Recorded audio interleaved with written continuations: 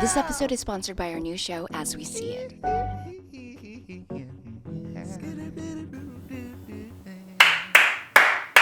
I ask you to wash your hands too? You sure? I'm gonna wash my hands. I'll be right back.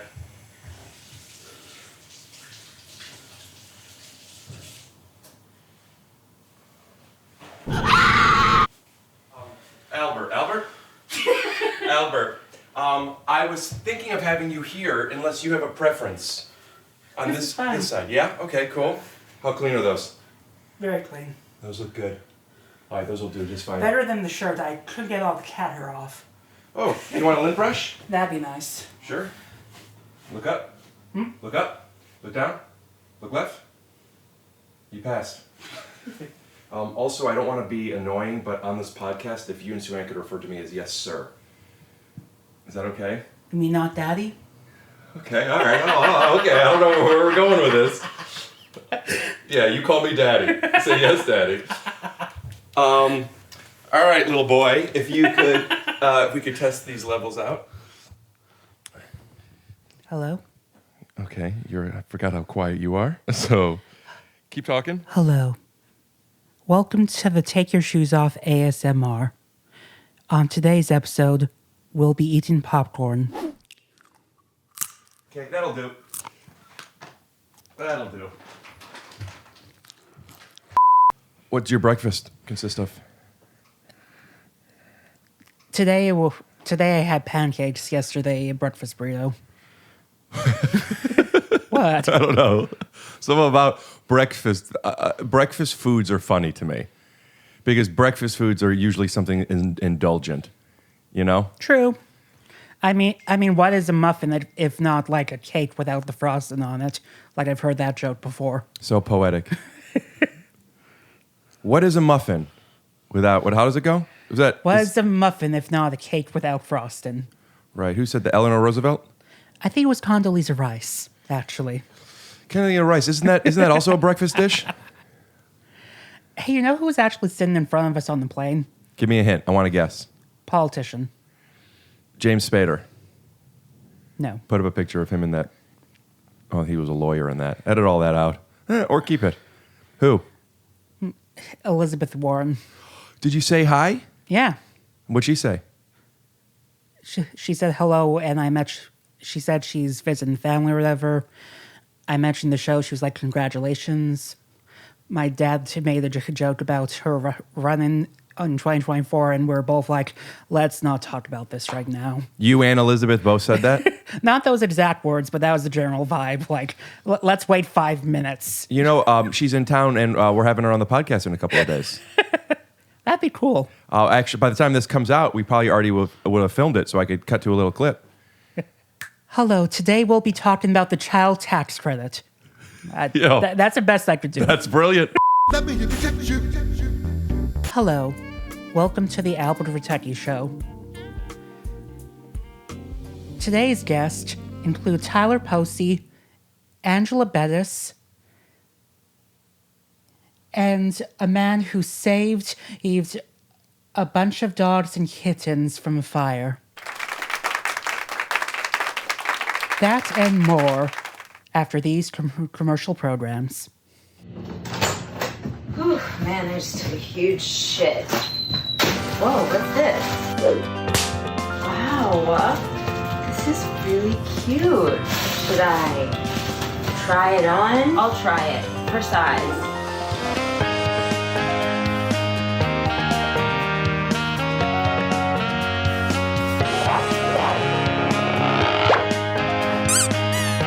So cute. I think that this fits. It's a small because I'm skinny.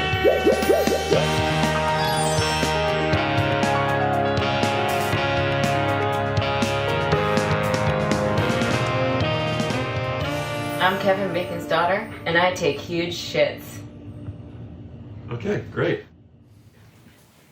Surprise! Hey, guys. Happy birthday! Yeah, happy birthday, Albert. This is Sue Ann. Nice to meet Sue Ann, this is Albert. Missed the birthday by a couple months. Edit that out. Oh, yeah. Oh, you guys are going to like this. Okay. Oh, this is so cool. So here, let's at keep this. this on this in case it tips over. I feel like I need to. This is like radio DJ. Get wherever you want to be, and we'll Okay. set this up for you. What kind of music are we playing tonight, Sue-Ann? Tonight, I was just listening to Adam Alien Ant Farms. What is that? The remake of the Michael Jackson song. Annie, are you okay? Are you okay, Annie? We never found out if she's okay. We never did. No. Turns out she wasn't doing well. Welcome to a special episode of Take Your Shoes Off with our the As We See It crew. I got some copy that I'm supposed to say. From Amazon? Yeah, and I thought maybe we could do a fun little game where we each say one word, but we have to try to make it sound as natural as possible. So it shouldn't see this episode is sponsored by, let's try and make it seem like it's one voice. One word, okay. Albert's Sexology. Albert's gotten into something new in his time off. It's an academic discipline. Sexology. Actually, I do have an encyclopedia around that. Okay, wait. So I think I'm supposed to go. I think it should be Sue-Ann. You should start because let me see if this is right. This episode is sponsored by our new show, As We See It. The show follows our characters, Jack, Harrison, and Violet. How's that? Amazing. I meant one word at a time, but you have a very good NPR voice. She stole our lines. That's great. Plan B for me. Albert, why don't you do the next part? 320-something autistic roommates as they navigate adulthood. Check it out on Amazon Prime Video and follow the handle at As We See It PV for Prime Video. I didn't know what that meant at first. It sounds on Instagram. Like an STD. Oh, right. I forgot. Albert, what are you calling me this whole episode? Daddy. That's right. Just so you know. Follow As We See It PV on Instagram and Twitter for more updates. But also, I do want to say this. If you've never bought any of my merch, if you don't subscribe to anything else of mine, please go to As We See It PV on Instagram, follow them, and leave tons of comments. Take Your Shoes Off podcast rocks or something like that. I want Amazon to see that Daddy Glassman has some pull. All right? God. Go to As We See It. Please follow and send some messages. This is so comfortable. Do you want me to put the microphone even further away? Can I do it Yeah. like this? This is great. This is like really cozy in here. Yeah. Oh, yeah. All right. So I don't know if we're 2 minutes into the episode or 45 minutes into the episode. Because Albert came in and made me clean his shirt, get him ice water. It's got to be cold. Albert's the diva, right? Who would have saw that coming? I think it's between you and me, to be honest. Yeah, it is. It Yeah. really is. It really is. Albert and Sosie are the easiest. They really are. And Joe. Joe's the most easygoing. I'm the one that's like, there's no purple Skittles in my Skittle bag on set. And then Purple Skittles? Yeah, purple Skittles, you can't eat purple Skittles because why, Albert? Why? Albert, bring the microphone a little closer to you. Hello. Too close? Bring it back a little. Goodbye. Split the difference. What are you doing? Perfect.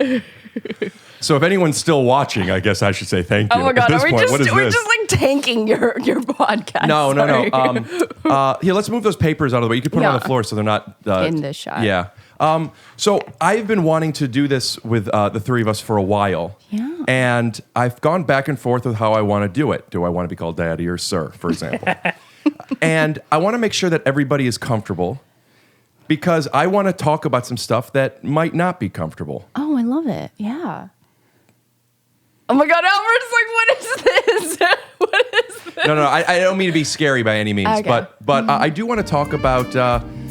We've been doing a lot of press, and a lot of the stuff that I've heard from you and what I've been talking about is about how different we all are. Not just the three of us, but all of our guest stars, all of the people that come in, and part of me doesn't want to make it just about autism, but also this is an As We See It episode, and I feel comfortable kind of highlighting that stuff today if you two do. Yeah. Yeah? Yeah, I'm okay. Albert, are you okay with that? I mean, yeah. If at any moment you're not okay with something, let me know, and I'll just zoom in and raise the volume.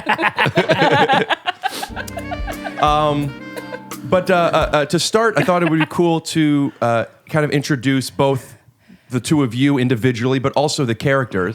And Amazon sent me some clips that I could use. And Oh, wow. Albert, you were telling me you got here a couple of days ago because you were going suit shopping. Not because I was going suit shopping. Edit that out. But you were going suit shopping. Yeah, and we couldn't find anything. What does that mean? It's hard to find stuff of my size. I'm fat. No, you're not.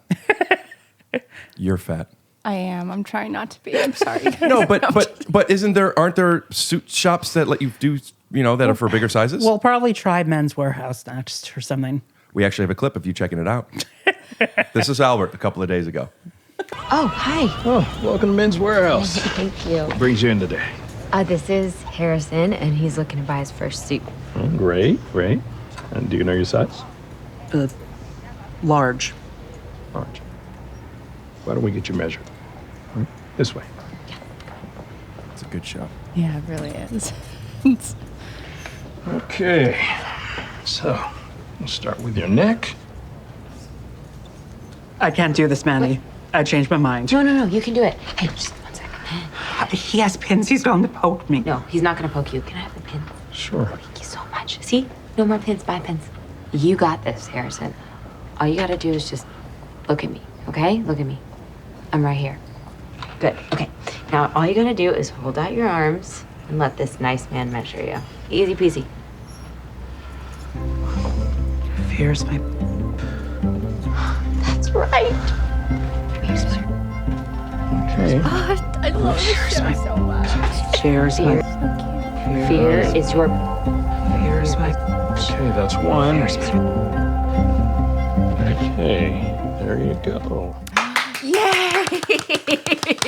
So, sometimes life imitates art more literally than others. But could you explain to me why that was so difficult for your character? Was it because is it the leaving the house? Is it putting clothes on? I have a hard time putting clothes on. It was a lot for the character, or just he has a bit of agoraphobia. He has the sensory problems. Like, it would be hard to find a suit that would actually be comfortable.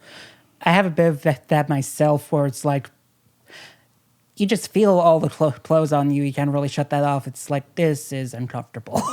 Yeah, the way I explain that is it feels like, for someone who can't understand, what contacts probably feel like for people.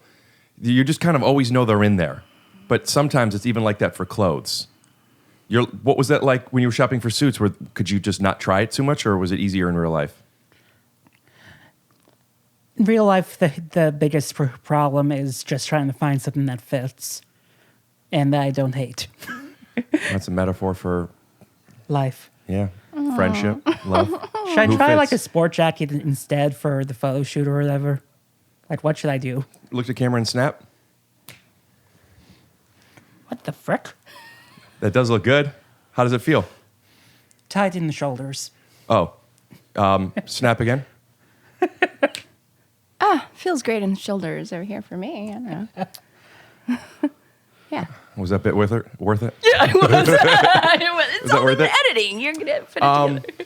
So we answered these questions so many times, but I want to have it on this platform because not everybody watches the press we do. So I apologize if I'm repeating questions. Yeah. But Sue Ann? Yes. Sue Ann, I'm here. I'm here with you guys. Yeah.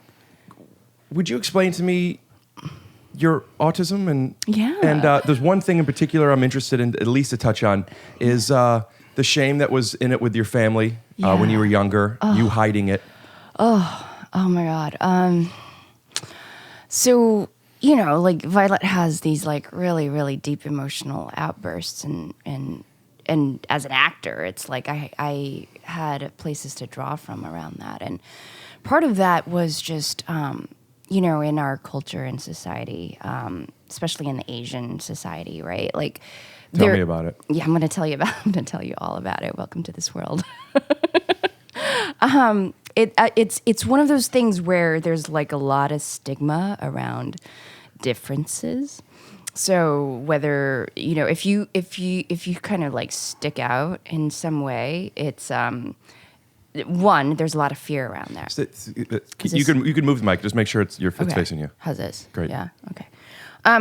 So for someone like me, I was raised with like I was obviously very different and strange, and it was very. What was obvious? Oh my God.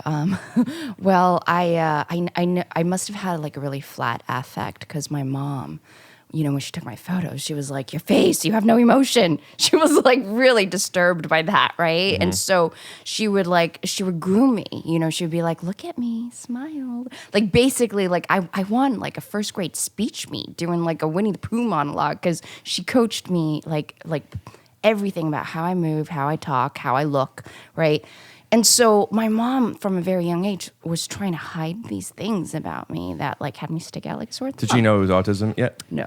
Right. She had no idea. So I remember I was like, I was young. I was probably like 6 or 7, and I overheard her talking to her sister, my aunt, and she was like, "Something's wrong with Sue Ann," and she was just super freaking protective because also at school, things would happen where like I would boys, like I would just get punched for no reason, right? What does that mean, punched? Like I would beat be, up? Yeah, like I would be sitting, and this was like, because, maybe I put I don't know. You're sitting there I'm and sitting people there. come up to you and just hit you? Yeah, there was a boy, he like was having a hard time, right? I still can, he was like really upset about something.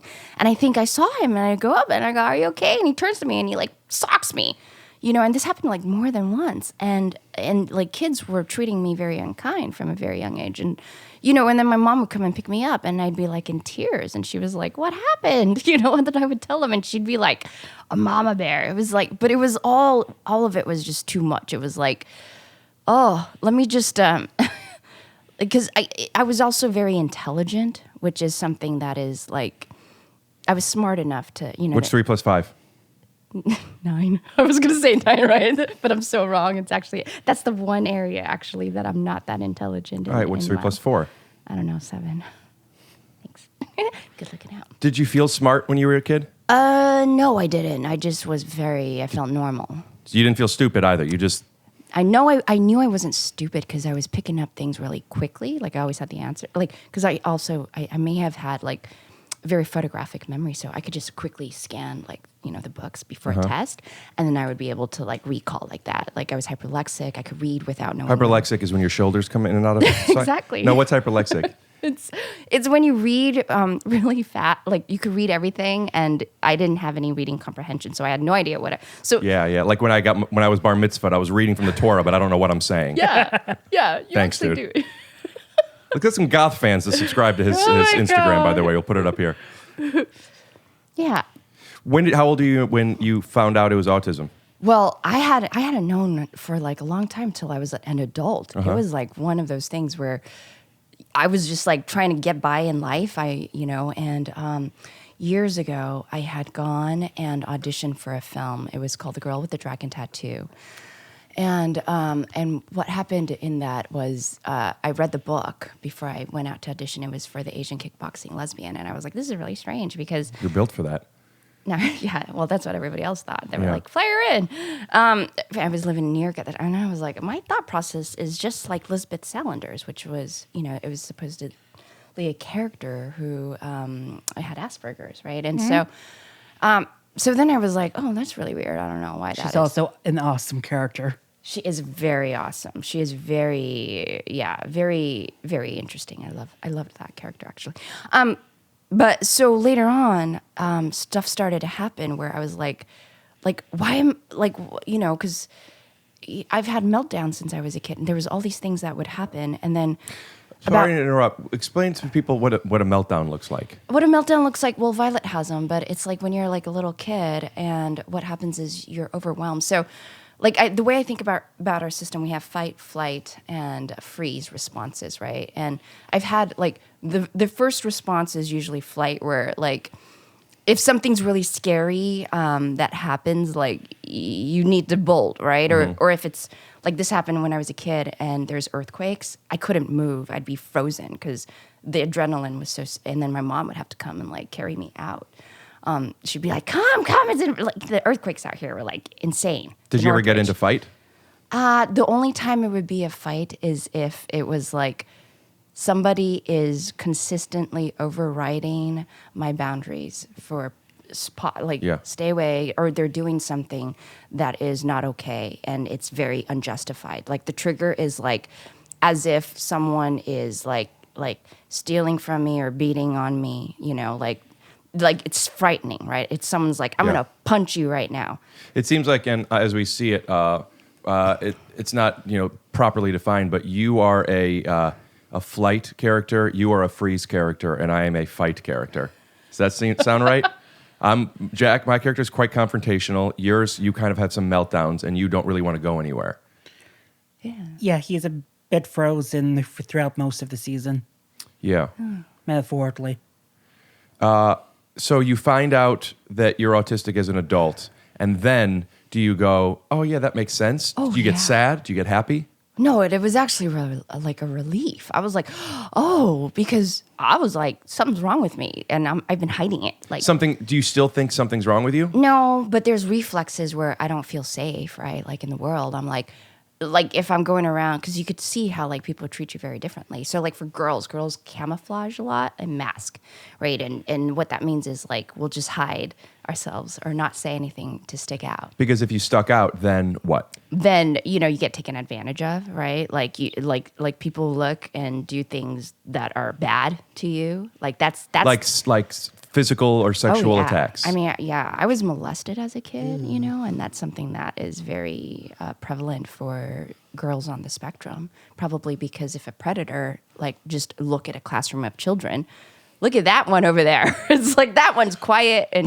But why is somebody who's different more apt to being taken advantage of? Is it because they're quiet, so they think that they could get away with it? Yeah, I think so. I think there's like predators will profile, right? Like they're abuse victims. And so if you're looking at like a kid who seems already not surrounded and protected by their family or people like the other kids, they're by themselves, sitting by themselves, which I did a lot. I was always by myself, and my mom would like grab other kids to. But when you were younger, you didn't know that you needed to hide so you're not molested, or did you discover that at a certain age? How old were you when that happened? Oh, I was like 7. Oof. Yeah, it was devastating. Hey guys, get out of here. This is very heavy. I'm sorry, guys. No, I'm it's sorry. okay. I had all these little goblin characters coming in and then we were talking about molestation, so they left, but they'll be back. You want a hug? How come I love him so much? He just it's like being on set. I'm so sorry, I just smashed him in the head with this. But well, this is awkward. Oh, I also did it, yeah. When you were 7, your life changes then? You realize that I now need to be scared of things, and you No, it was just weird because it's also like the adults around you, like if they handle it weird, right? Like, it's upsetting. Like my mom knew something was happening. And then she tried to have a conversation with me. And then when I told her the truth. Are you okay talking about this now? Yeah. I mean, at this point, yeah, I had to. Albert, how are you? This isn't about me. Aw. Well, that's the difference. Like boys won't. I mean, boys still get molested, obviously. Yeah. But it's very prevalent, like for girls in general. And then like if you have a girl that's like on the spectrum, it's like even more, more so. I don't know if the timing is wrong, but we'll be right back after a word from Marshall Rug Gallery. If you're looking for just the right flooring, you need choices. And at Marshall Carpet One, you'll find thousands of choices, including carpet, hardwood, rugs, and luxury vinyl. So make the right choice and visit Marshall Carpet One and Rug Gallery. And we promise, with more than 50 years as a family-owned business, we've got you covered!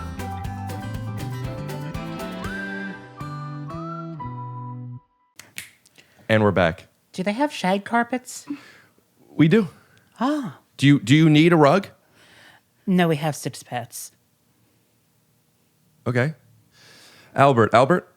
Yes. Albert, this is your first job in like a professional acting sense. Or period, to be honest. You did theater, right? Yeah. But never in front of a camera.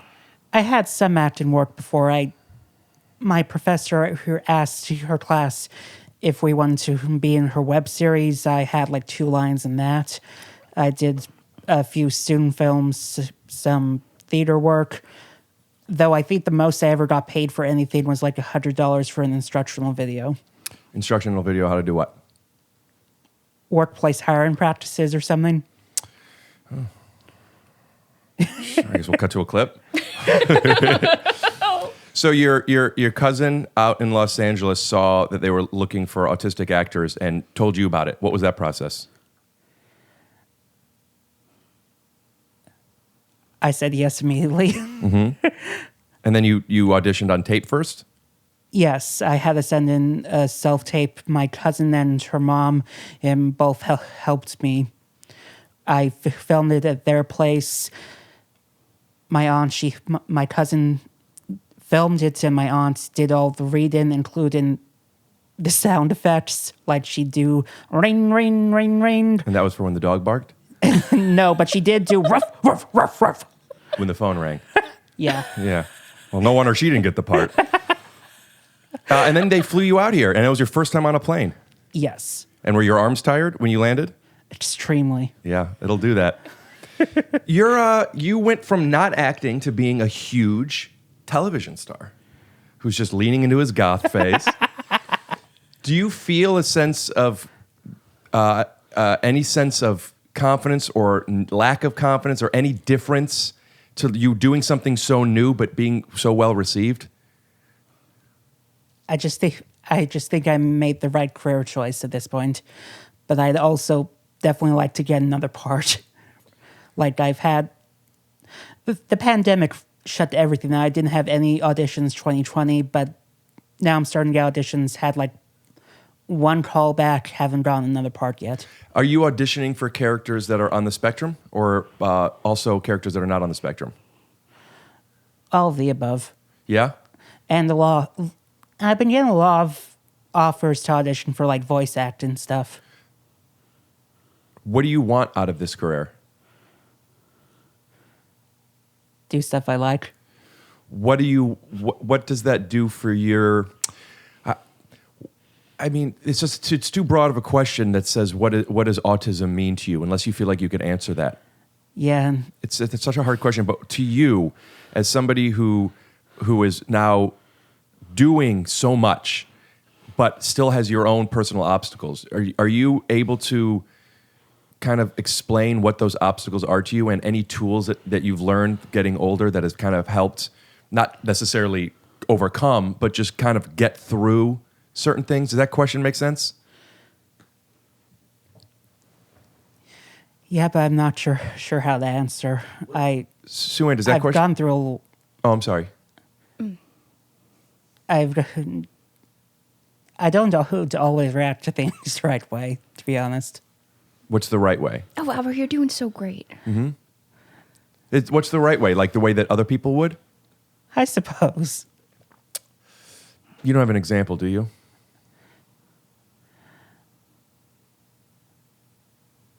There's one that popped in my head, but it's pretty personal, so no.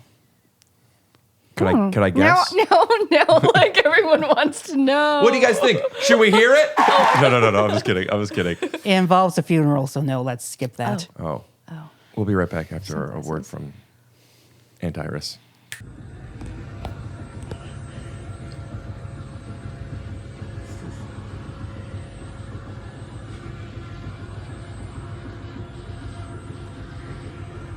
Hi, I'm Iris. I'm Rick's cousin from Cleveland, Ohio. I own Master Manufacturing Company, and I sell a lot of different products.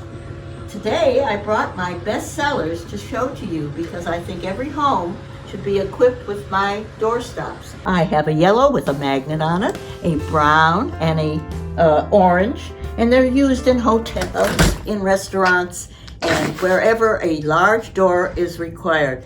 Hi. Oh, I love this. Well, thanks for coming over, guys.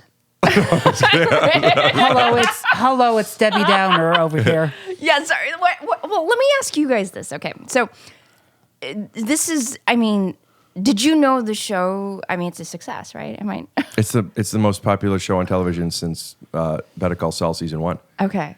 And you're not being sarcastic because sometimes. am. Yeah, okay. I'm like that too. We're both like that. I joke all the time, but I don't know when people are joking. I know. That's right. When I you like posted that, thing, I was I like, actually like that a lot too. Yeah?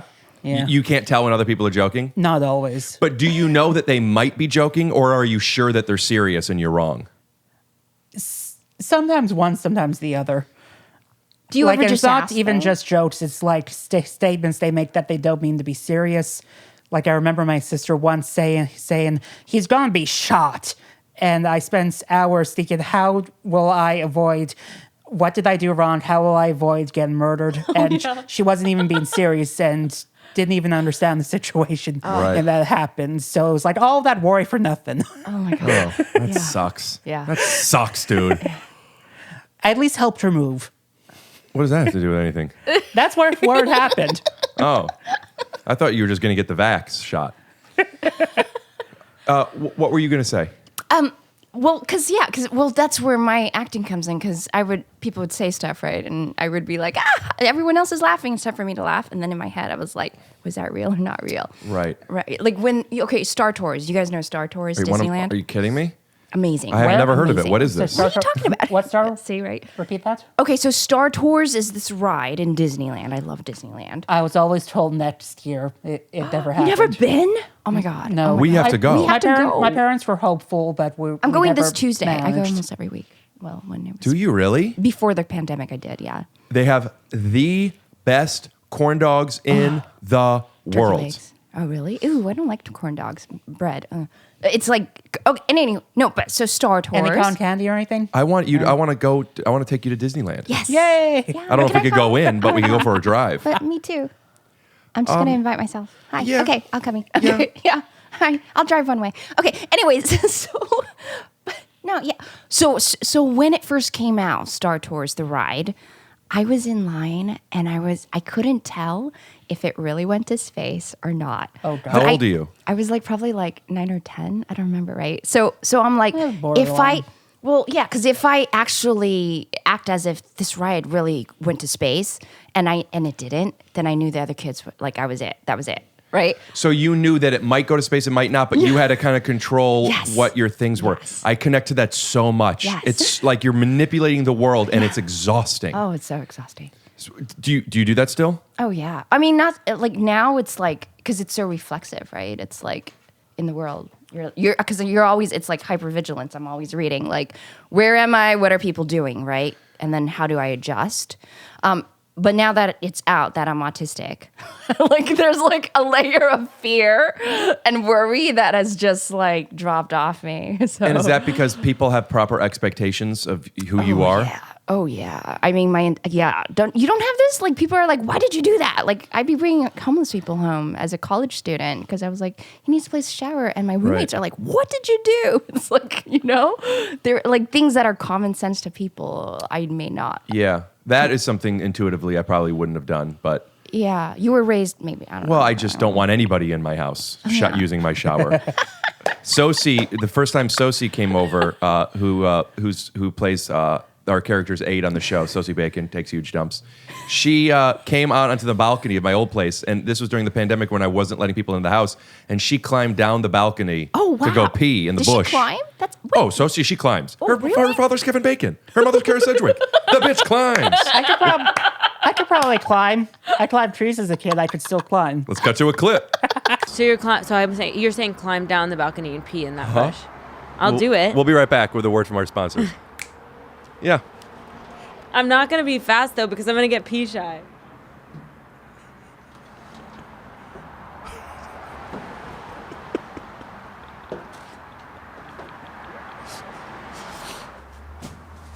You didn't let her use your bathroom, Rick. That is so Jack. That's like such a Jack move. There was a bit of me leaning into the comedy bit of it would be funny if. Yeah. Because Yeah. the truth is, if she needed to use my bathroom, I would have let her. Right. But also the truth is, it would have made me very uncomfortable. You are very kind and considerate, actually. Thank you. Different than Jack. I see that. Yeah, Thank the you. differences are very apparent. Just not in that scenario. Well, that's kind of a microcosm. of a lot of stuff that I realized of how I would communicate, because there were certain things that I needed to feel comfortable. Yeah. And I realized it wasn't a conscious decision, but I would always do bits and jokes. Oh, it would be funny if you pee in the bush. You know, and like Rick is always trying to do bits and Rick is always on. And Well, you're a comedian, though. That's what you do. I made a lot of jokes growing up too, and I kind of relate to what you guys were saying about like just reactions in crowds. Like I remember once going to like a drag show on my campus, and everyone. Did you just say drag show? Yeah, That's so cool. And- You're so cool, and, Albert. And everyone was laughing at something, and in my head I was just like analyzing the joke to death. To just okay, this is why they said it. That's why. Yes. That's the history behind that thing, and that's why that's supposed to be funny. But do you ever ask people why it was funny if you didn't get it was funny, or do you have to? Great question. I kind of figured it out, but everyone was done laughing by then. Yeah. I take it you ask people. Nowadays, there were times where I didn't feel comfortable, so I would go along, but then I never got it right. Right. And then now, like, because I like to be around safe people, like people that I like could be myself around. So I'll ask if I didn't get it. What does somebody who you can't be yourself around look like? You know. Whoa. All right, never mind. Never mind. I'm sorry. So that was like big, but All right, moving on. well, because I was trying so hard to like be so different. And cool. I want you. I know I'm doing this too much, is but this- no, it's here. the autism episode, so get over it. I don't like that you keep. It's like covering your face. Oh, okay. And you have such a beautiful face that I don't want Don't covered. I? Here, how about this? Yeah, How's that? Okay. good. Good. I tried. Okay. You Okay. can still move it wherever you are. Just don't have it Yeah. like up. No, you're looking out for me. I love it. What were we talking about? We were talking about What's somebody who doesn't look safe? Like safe is people you could be yourself around. Yeah. When there's somebody that you can't be yourself around, why can't you? Okay, so it's nice that I don't have to date anymore, actually. It's like such a relief, like that I'm married and I just like cross that bridge, it's done, right? Cross that bridge and burned it. Yeah, well, hopefully not burn. It's still going. I'll tell you, when Albert puts sunglasses on, there's a little bit of an arrogance to him. Yeah? I meant that in good ways. Just like don't have to deal with that anymore. Yeah. Well, no, maybe you nailed maybe that on cross the head. bridge and then like close the door and lock it, but hold on to the key in case you need to go get groceries. I'm not sure what that means, but okay. No, I know I'm curious. I want to talk about like Well, relationships. hold on. and dating. Albert's wait. finally asking what a joke means. Okay, Let's explain it. Okay. What? My thought is, if you burn the bridge, because of the saying of burning a bridge, meaning that you're blowing a connection that you have with somebody, it just makes it seem like, well, even though we're on this side of the bridge and staying there, by burning it, it has a negative connotation of like, ruining a relationship.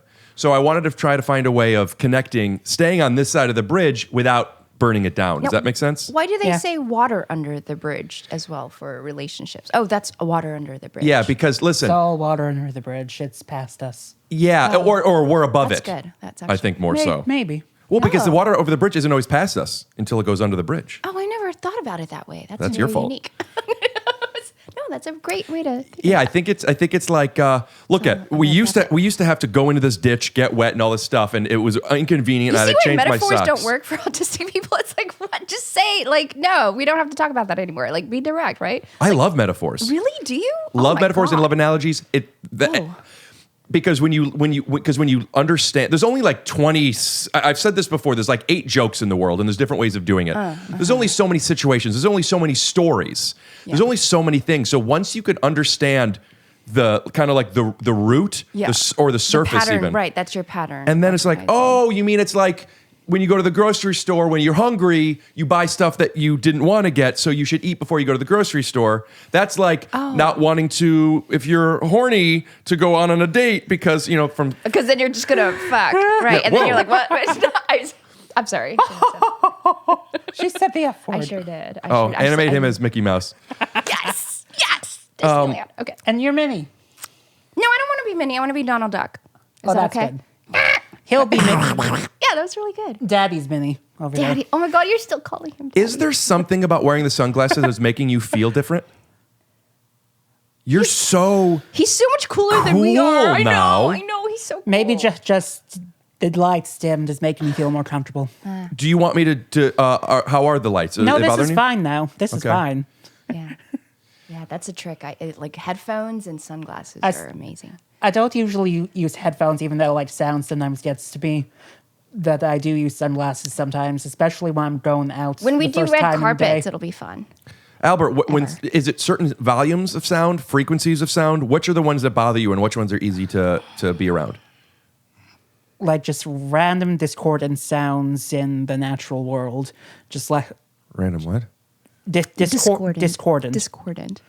What's discordant? You don't know what discordant is? I know what it is. I'm just explaining to the people at home. Oh, okay. Like I sure. remember back in college, I saw they were doing a musical, bunch of bright lights, bunch of everything. Everything was fine because it was all really choreographed and everything. But then intermission happened, and suddenly 300 or 400 people suddenly going. Yeah. Were they talking to a cat? I had to find a quiet. I hid on a staircase and just had my Yeah. hands on my head. This really nice usher lady, she asked if I was fine. I just simplified it and said I had a headache, which I did at that point. We actually. I was able to see the rest of the show at least. Is there something, because Sue Ann was talking about trying to control the way other people see her. Yeah. And that is something that I'm sure a lot of people could relate to, but not everybody. And I'm curious, when you go into the corner or on the staircase and cover your ears, are you just trying to survive and feel okay? Are you conscious of what other people are thinking when they're looking at you? Yeah, that's a good question. Yeah, I didn't really want anyone to see me either. You didn't want anyone to see you. Yeah. So it's important not just to stop the sound, but also to get away, because if you're holding your ears, people would judge you. Yeah. Like, I also remember I went through this long phase where I just like suppressed any like tics or stims or anything. And they I just started having like major ones because they had to come out eventually. Yeah. Like I'd have full body shakes, and I'd see people stare at me like, why did I do that? No. Would you explain stims to people and what that means to you? I've been asked that. Not sure of the best explanation. Just some sort of physical movement or something that'll just help get stress out. Yeah. Like, I'm not Google. I'm not the best person to ask for everything. That's the thing I like the least about being asked all sorts of autism questions. Like, I'm going to get something wrong or not be articulate enough, or the thing wouldn't apply to everyone. Yeah. I'll just mess up. So that was a worry of mine that I had starting to do press, especially because I was diagnosed 5 years ago, and I'm just learning this stuff. And what I become comfortable with, and what I'm looking for when I speak to you both, if you're comfortable with this, is I'm not asking you to define anything or explain autism. It's when you're thinking stimming, when you do it, it's just about you. Does that make sense? Yeah. So just moving forward, if there's anything that like, don't feel any pressure to answer something the correct way. It's just what it is, you know? So you would be stimming and you felt people were seeing it. Is this too loud? Do you want me to lower it? No, it's fine. So you stopped doing it so people wouldn't think you're different? Yeah, but then eventually, like, you get more and more and more and more stressed. Yeah. Like, I end up developing some pretty self-destructive, like, stims, like habits and stuff. Biting? Yeah, I did that, and even then, I'd be like, I'd look around, be like, is anyone seeing? Is anyone there? Nope. And you'd hurt yourself. Yeah. And that was because you need to distract? Could you explain? It was a way to, like, calm down the metaphorical screaming in my head or whatever. Yeah. The anxiety that I get when I can't do certain things, it gets really bad. My OCD sometimes gets when I was a kid. It was rough. I've talked about it before. I don't want to spend too much time on that now, but you get older and you find some tools. Coping mechanisms. And there's really no rule book to it if you don't know that you're autistic, right? I actually, when I got diagnosed, I got this book. I've talked about it before, but I want to, for people that are listening, it's called Asperger's from the Inside Out. It's a man who didn't know he was autistic, but it's a genetic thing. And his son was diagnosed with autism, and the person that diagnosed his son told him.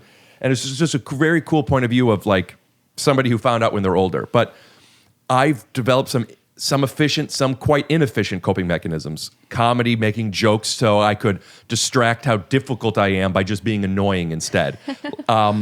And then it's like, well, why don't they have a rule book for this? And that's something I've been thinking about, by the way, and I want to do. I've been making a list of rules that nobody says. For example, when somebody says, how you doing, just say, good, how are you? Instead of really thinking about how to answer them. Don't explain the entire day you had. Yeah. I've done that.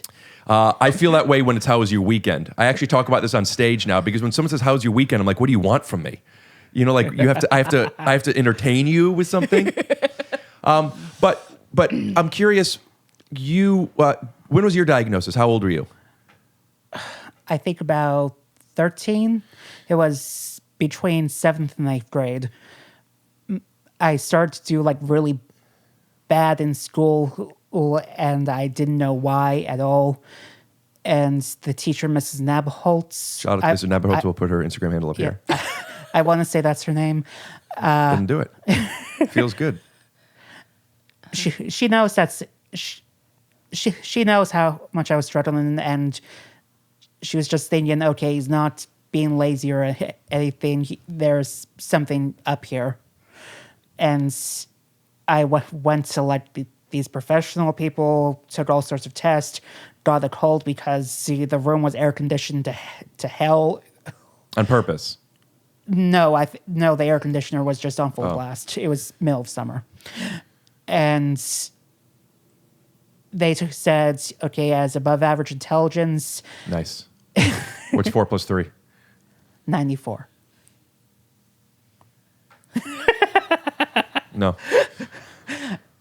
And I figured he'd just say OCD, which I have a touch of that in ADD. I have that. Yeah. But he said Asperger's. That's what they said instead of autism for me, which I didn't really get that entirely. One thing I heard someone say is it has to do with like progression of speech or whatever. Mm-hmm. But like I've always stuttered and stuff. I had speech therapist all throughout childhood. I did too. And did you? I was hyperlexic. So quit bragging. Did you have a speech impediment or not? No, I could speak any language. Whatever. You're brilliant. How many languages do you speak? I do. I speak Mandarin Chinese. I speak English. I speak a little bit of Mandarin Spanish. Chinese is one thing, or Mandarin and Chinese? Mandarin Chinese is one thing. Right. Mandarin is the Chinese There's like Mandarin language. Chinese, Cantonese Chinese, right? Yeah, Cantonese Chinese. Do you speak any of that? Do I speak what? Cantonese. I don't speak any Cantonese, but some words where you celebrate Chinese New Year's. Happy Chinese New Year's. Oh guys. yeah, good Shabbos. Yeah, thank you. But Alba, keep talking about you were diagnosed. Yeah, and I did not understand what that meant when he said it. Was like, I've heard that. What is that exactly? I just had no clue. Did your family have to learn about it too? Somewhat, yeah. Like we just had to figure out what that meant and everything. And like looking back, my mom knew that there was stuff up with me, but she was like told not to worry about it and shit. Like one thing that she remembered was she said to a doctor that he's just really quiet. It's like he's in his own world. Yeah. And the doctor was like, "Oh, he's just creative. He's fine." Do you live with your parents? You live with your dad? Yeah, I still live with my dad, and my sister's there part-time too. She's also at college some of the time. She's in graduate school. And my mother passed away a few years ago. Yeah, I know. May I'm she rest sorry. in peace. Did your character, all of our characters kind of, but yours the most, is because there's kind of a storyline about, which I don't want to, I don't know what we're, giving stuff away, but issues with your parents and the caregiving and the independence and the living on your own and et cetera, et cetera. Where do you connect in your real life with that? And is there a goal for to keep things a certain way, and does that feel like a challenge, or is there anything that you want to have different? Because adapting is something that's very difficult for people on the autism spectrum. And I'm curious if you have any other thoughts of that. For example, what if you wanted to move to California and you keep working on stuff and your family's in Pennsylvania still? Yeah. What does that look like to you? I'm just nervous about it. I'm not sure how independent I could be. Like, I'm trying to do more stuff on my own, but I mess up sometimes, like I forgot to pay a credit card a couple times until like a day or two later. And keep forgetting to like clean a room that just really needs to be clean. We have 6 pets. Yeah. That's why you can't have any rugs, I guess, for some reason. I don't get that, but...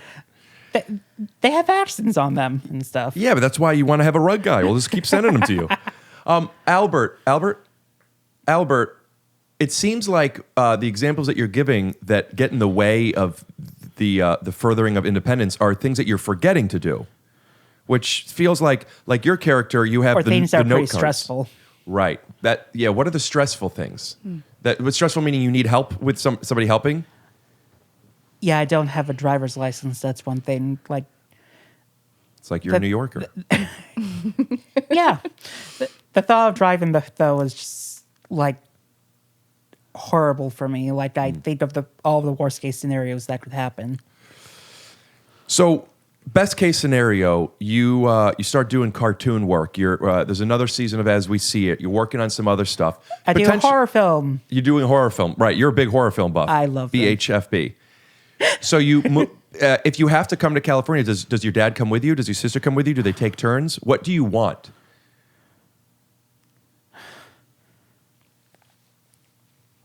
People checking in on me to make sure everything's good.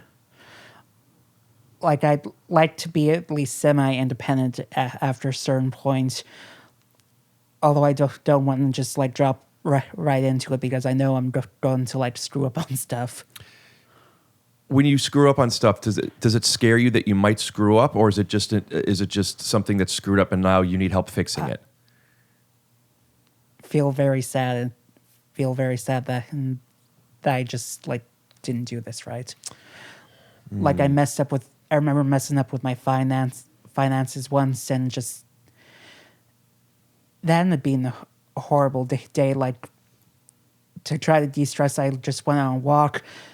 A guy on a motorcycle flipped me the bird, like, while I was on it. Don't on the podcast. Blur his finger. I have no idea why, because he was wearing a helmet.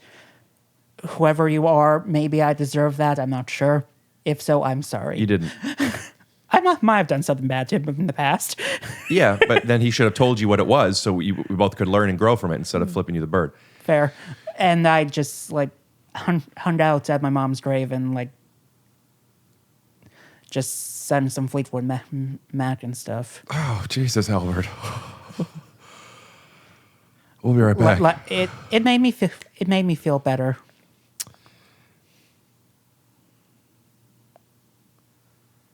That got really fucking dark. Well, yeah.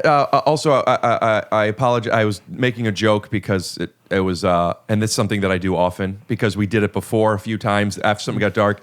But then after I did it, I felt myself, and I was going to mark this. I knew how I wanted to edit that out so you wouldn't have been interrupted. But I'll leave it because. Yeah, it's fine. Yeah, it's. You really would have liked my mom. Like, she was awesome. Yeah, I feel bad, man, that sometimes this happens, that my instincts are to make a joke in something and it gets in somebody's way, so I apologize. I do that sometimes, You're too. so deep. You're so deep. It's very interesting. What is deep? You are. Thank you. It's very unexpected. But so when you make a mistake, which everybody does, then there are ways of handling stuff, and everybody does it differently. For example, shit, and then you fix the mistake, or shit, I made a mistake. I don't know how to fix this. Let me figure out how, or ask for help. There's also, oh shit, I messed this up, and then you start to spin, which happens. Yeah, and that seems like what's happening. Yeah, that happens a lot. I just wish I was taught more about like finance in school instead of like what mitochondria is. Preach.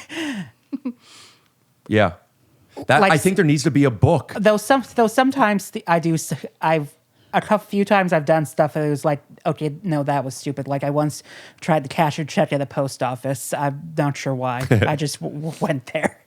It was like, I could exchange this for stamps for you if you want. Well, I could connect to that thanks to analogies that when I had to mail something that was pre-labeled, I brought it to the post office, but it was meant for FedEx. So, small world. Yeah, I don't think the U.S. Post Office could take the FedEx stuff. Yeah, and there was a fight. Sue-Ann, could you Yes, right. explain any of the tools that you've learned? Yeah. Not specifically how to hide, Right. I know. but how to. That didn't turn out very well because eventually you just like hate yourself. So, but Yeah. you know, did you Talk guys on that. Yeah. Talk on the hating yourself. I'll tell you guys about this definitely. But one of the things I was thinking about as I was watching you two talk was, I mean, I used to have this thing from a very young age where if I didn't see somebody, like if you weren't in my line of sight, then if I couldn't see you, I would think you couldn't see me. Did you guys have that? Well, like, that is the case. Wait, I that don't understand. explains a lot, Rick. Wait. That's how mirrors work. What do you mean? No, so like I would be in school, right? It's like that with kids, I think. Like, It could be, like yeah. kids Well, I used to sometimes think that. people stopped existing if I left the room. Sorry. I was like, oh, they're gone. There's like no more people. Yeah, so it's not that they couldn't see you. It's that they out of sight, out of mind. They don't exist. You're right. Yeah, right. that I understand. Yeah. Yeah. You and I might be very similar. Similar. It's really cool. It's very interesting. You do remind me Each other's of my dad. sentences. What? That's Yeah. fine. Sandwiches. Sandwiches. Arrested Development, right? No, that was Frozen. I think they took that from Arrested Development. I stopped really tracking. do. What are you guys talking about? Maybe. Finish each other's sandwiches instead of sentences. Let's see if we could find both clips to put it up. It's like we finish each other's Sandwiches. We finish each other's. Sandwiches. What are we Anyways, talking about? people stop existing once they're not Yeah. in your vicinity. Because that's autism. Yeah. Right? That is Well, right. whatever you're thinking is all that there is. Yeah. Absolutely. So if I turn my head this way and that person over there, I couldn't see them anymore. Like I would think, oh, they couldn't see me either. Would you think they couldn't see you either, or would you just not even consider they exist? They would, I guess, maybe they stopped existing. That one makes more sense Yeah, to they me. stopped Because existing. like to do this, you can't see me. It's like right. That was a long learning curve. it's like how I think about this in multicams. Do you know what multicams are? Not everybody does. How we shot. Like sitcoms? Sitcoms, yeah. So there's multiple cameras on the fourth wall. There's only 3 walls that exist, and a lot of times they do that. The camera follows, right? So let's say you and I are having a conversation, and I want to tell a secret that Albert can't hear. So we'll walk over here. The camera will move, but Albert's still right there, 8 feet away. But we'll be like, I can't believe he's wearing your sunglasses. Yeah, okay, shh, let's go. And you come back and then Albert's like, like he couldn't hear anything. And I always like, that's so ridiculous. But as when you're not aware of that stuff, it kind of is. Yeah. Only what we see and think is what exists. Yes. And it's why a lot of people think that sometimes people with autism lack empathy, but they just don't know. Yeah. Right. know what I'm It's saying? not even in our realm of That's why you have to explain it. Yeah. You have to say, listen, it doesn't feel good when you do this. Does that make sense? Right. Like when the guy flicks you off, you have no idea. Right. Like, what did I do? Yeah. So Right. I do know that something with it should be with people in general, but it's Yeah. very much so with autism. Be direct, Yes. explain, because their perspective, the way they see things, is not the same as yours. Oh, that's why our set was so There's- amazing. I Because think the way there's- people talked to us, it was like there was no way I was going to misunderstand what you wanted, when, what. I Very love that. clear. Yeah. Albert, what you wanted to say something? Sorry.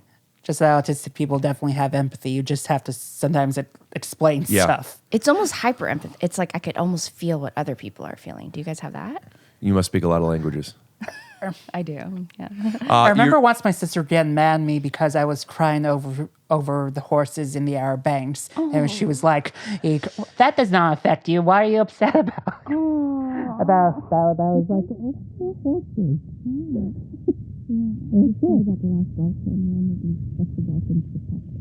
Yeah, I don't want to be the bad guy, but let's talk. I don't wanna talk about the I know. dolphins, Okay. Strategies, how to.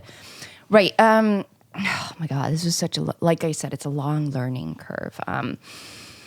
Well, I do have an incredible therapist today who is actually specializing in autism and autistic therapies. So it's like a place where I can really take my entire week, right, and be like, why did this happen? How do I deal with that? And it's really like lowered my stress levels, because my stress levels, like, you know, when things start to really go and go and go, like I can remember even like, because I'm very rule-bound as well, and I expect the world to be rule-bound. And now, not so much, because I realize, it's imperfect, right? Like The like world today, be chaos. it's so chaotic. I hate it. It's so chaotic. Have you seen politics? Oh my God. Yeah, right. It's so much to take on. It's like, because as a kid, I would be like waiting in line to get my fountain water. And then and I'm in 4th grade, and then when a 3rd grade boy runs in front of me to drink the water, I was flipping my shit. I was like, you need to get back in line, right? Like, that's triggering. And then the girl who's in my grade as a 4th grader, she's like, what's wrong with you? He's younger. And in my head, I was like, not computing that, because the rule. Meaning, what does younger have to do with anything? Exactly. Right. Apparently, that's an unspoken. Like, for example, saying I have a lot of pets, so I can't have a shag rug. Like, what does that have to do with anything? Analogies. Right. You obviously don't have pets. I do. You do? What do you have? I want to see. Come on, buddy. Oh my God, it's so cute. I didn't know you had that. Yeah, hi. Hey. That's a lot of goblins. Yeah, it's you know.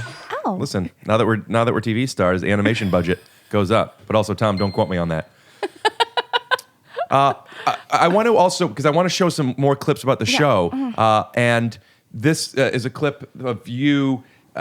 You want to be dating somebody who's normal. Yes, I do. Your words or your character's words, Yeah, instead of somebody who has autism. Yes. And back to being taken advantage of and you not being aware. I met my Joel. You did? His name is Julian. He delivers French fries, has like 1 million hot tattoos, and we had a 3-sentence IRL conversation. Oh. I think he could be the one. Okay, that sounds great, Mai, but you really, really need to See him again, exactly. But he doesn't deliver again for 2 weeks, which is Not very long. forever. Maybe I could sell more French fries or throw a couple of boxes away. That's when John definitely is- not a good idea. What if he wants to slide into my DMs? I need my phone back. Did you talk to Van? Okay, so I talked to your brother, and I think he just needs to see a little more maturity and growth. You're before he's able- useless. Julian's a walking thirst trap. I need my phone back. How fun is Sosie, too? I never got to meet the actor who plays Julian, but I heard like a shit ton of like crew members talking He is a about thirst it. trap. He is a thirst trap, yes. Where do you? What tools have you learned in your real life? Is Violet in this moment lacking? Oh my God. Also, I guess I don't know if it's obvious what's going on, but Julian is not somebody we're rooting for your character to be with, Right. And you're being warned of this. Yeah. Yeah, Not is that people know for sure what's best for you, but Yeah. you don't have the tools in this point in time. Would you say Yeah. that like fuckboy is the best Whoa, definition? whoa. Yes! Team Albert. Would you Oh my say that God. that's the best definition for He Julian? is a though? fuckboy. Can we say that? Is that bad? I'm so sorry. Yeah, we'll just bleep Okay. the word fuck. Okay. But we'll also keep it in. Okay. So there's a bleep. Yes, as well. exactly. No, Van does not want Violet to have a fuckboy.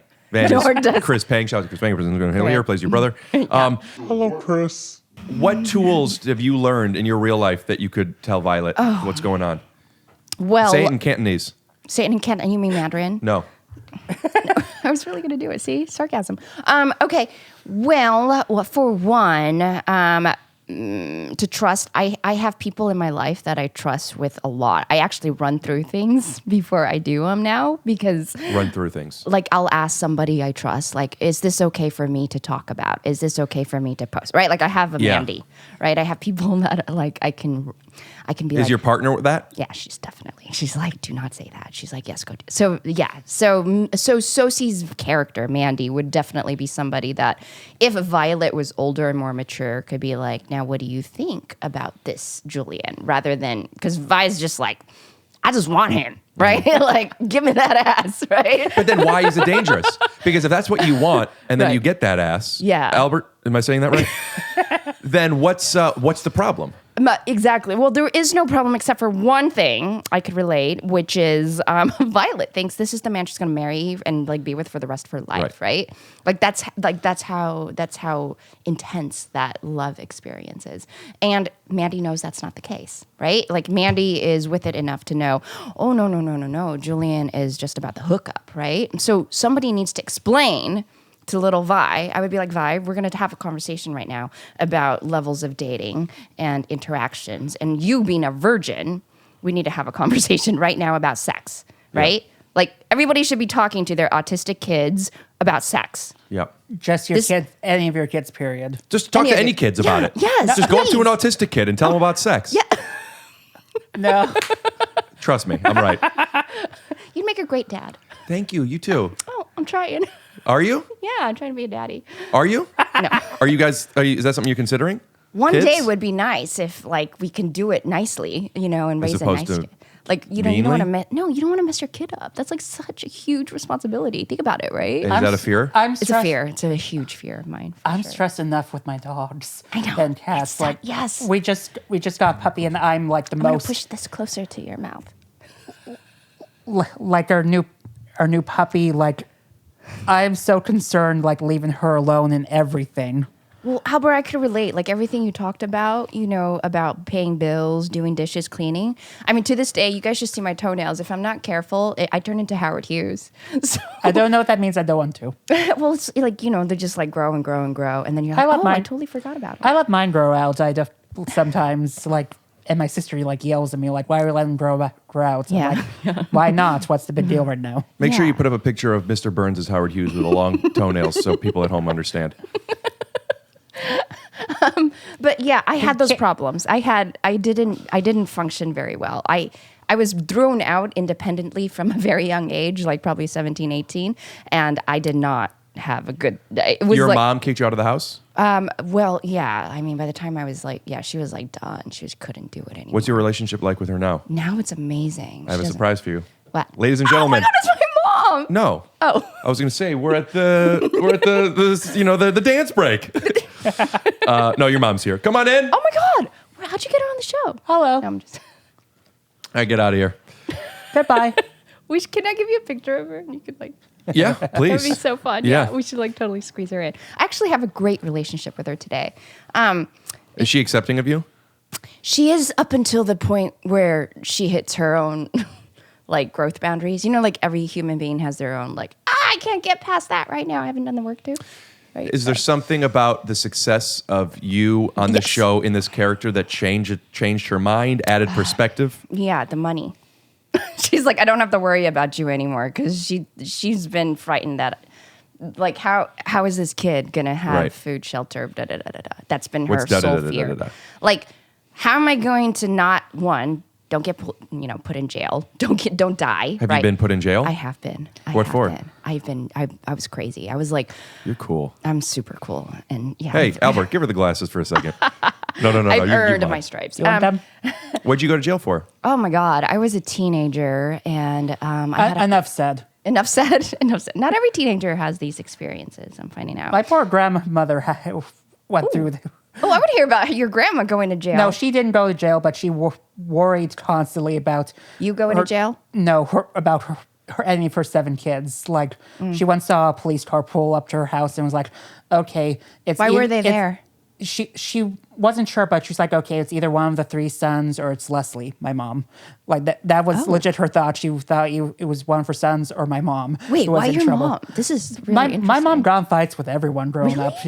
Like fist fight, like she'll go to town. Like protecting her sister and stuff, or just because she didn't like you. Oh my God, I love it. And she was tough. That's awesome. She was tough and protective of her loved ones. Yeah. Although she also fought her twin sister Allie a lot.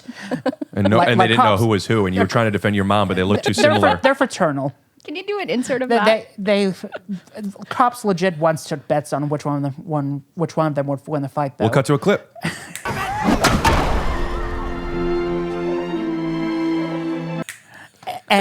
But anyway, back to the car thing. Like, yeah, that was her definite thought. Like, one of my kids is in trouble. Though thankfully that time it wasn't one of her kids. Like, one of her dogs was in the back seat. Oh, her dogs? He was blocking traffic. Wait, her dog was blocking traffic? See, like if I was pretending, I would just be like, "Oh yeah." I'm being completely I have no serious. idea. I've been out for 2 minutes. Okay, I've been Just be honest with you Thank guys. I mean, I don't know if we're keeping this in, but I'm out. Okay, I'm completely serious. Her dog was blocking traffic on like Main Street. He's just like chilling But why did out the there. cops have to come and put him in the backseat of their car? To bring her, they knew whose dog it was. They knew whose dog it was. Oh, they were returning him. They were doing a good thing. Oh, They were doing the good thing. Okay, gotcha. They were doing the good thing. Okay. Back to you. Back to me. Give Rick Hey, Albert, thanks. So you went to prison. I did. I was a teenager. Prison. Well, no, it was like, God, it was jail. I was hanging out with kids that were way too cool for me. Smoking pot. No, I didn't like pot. No, I I'm don't saying like the kids. They were like smoking pot. No, they were different. Stuff more serious than pot. No, it wasn't like that either. Drinking booze. We drank booze later on. Smash and grabs. Smash and grab. What's a smash and grab? You take a pumpkin and you throw it on the ground. That sounds fun. Can we do that? No. No, like throw a rock through a window and just steal stuff from a store. Oh. Is that an autism thing? Oh my God. No, I'm thinking like, who are she's these saying people? she's saying like they're bad. They're like kids too cool for you. And They end up in jail. Like I'm thinking like things that. Oh. I was like running with kids that should have been in the mafia. Like at that I'm age. picturing in Rocky when he's walking around and it's nighttime and there's the garbage can that's filled with fire and you think they're trouble, but really they're just great harmony a cappella singers. Cut to a clip.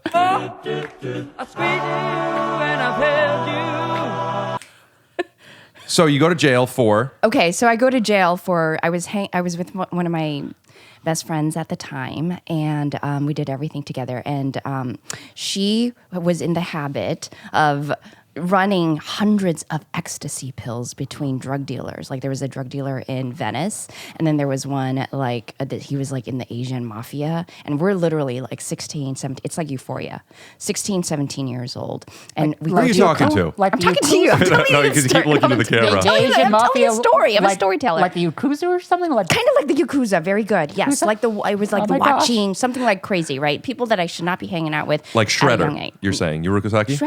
Shredder from Teenage Mutant Ninja Turtles. Yeah. He's I in should Teenage have Mutant had Ninja Turtles, this. but he's not from Yes. that. I should have had that glass. No, but let me finish the story. It's actually really good. So me, because I'm autistic, I'm very honest, and so she's like, "You hold this cigarette box." I go, "Okay." So I'm holding a cigarette box, and inside of the cigarette box are like pills, ecstasy pills that she's going around to sell. We're not even 21.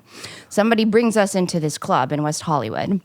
And they get us in because they want us in their club, and we go because she was going to sell some of these pills, you know, and then she tries to sell to an undercover cop, and so this cop now calls the cops on us, and here I am, and she has counterfeit bills, and I'm holding a box of cigarettes that aren't cigarettes because I'm holding her stash, and the cops come up and they go, "What are you doing?" And it was just like, And you say, we're selling ecstasy?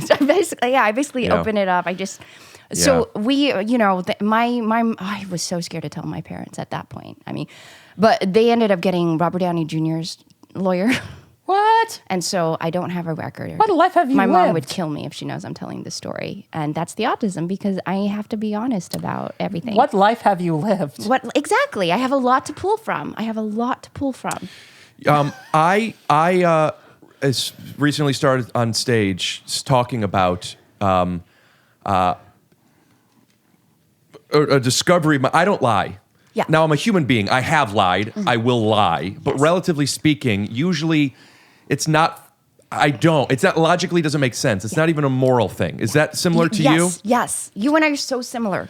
So, and I have this premise that, and I reference my parents, and it's not because of my parents are more specific in the situation, but it's because these are people that I've known for most of my life, pretty much all of it actually, and I know them very well. So it is. I don't know if my parents are liars or if they're just human, and They're just human. and they all lie. That all is something that, even though I was diagnosed 5 years ago and I've learned so much, a newer thing that I'm really realizing is everybody lies Yeah. all the time. It's so built into the way people communicate that it's not even a conscious decision. Yeah. People don't even know how they're really feeling, let alone a way to explain it to somebody else. Yeah. The smallest little things is just easier to. But the problem with that is those little things here and there, as you're getting to know somebody and you're figuring out who they are, everything is being manipulated, consciously or otherwise, and I don't really know you. Yeah. You don't really know yourself. Not you, but I'm saying like when people, no, the smallest things. How you doing? I'm good. When you're not really good. Instead of saying I'm good, don't even. I'm feeling myself kind of like spinning. I don't really something. like that question because like, yeah, what if you're not? Right. Like you can't go back and be like, I lied to you, Jan. I have depression. Right. And Jan doesn't want to know about your depression. Yeah. And if she did, she would find out.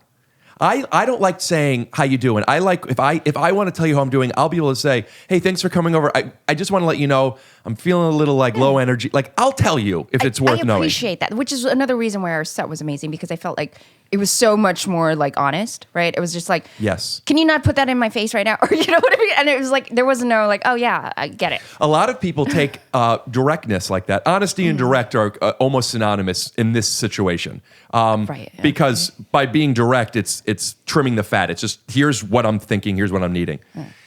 And a lot of people will take that as, we connected on this early on when we were, we talked about this in one of the interviews, but when we all went out to, after the pilot, you guys doing the karaoke and I didn't come, but then I met up to eat and we're smushed in a little booth and I was eating some garlic stuff and I turned to you and you go, your breath smells. And it's like, some people will be like, oh, that's mean. But it's like, oh, thank you for telling me. Yeah. You know? Yeah. Yeah. But there's a tact of learning how to be direct without being mean. Yeah. For me, that's where the annoying comedy came in. What tools do you have to be able to be direct while also not being a jerk? Oh. Start with Albert. I'm not really sure, to be honest. Okay. Like I know I've messed up. I remember my sister once asking me, how much do you think I weigh? And I was honest. I was off by about 15, 20 pounds.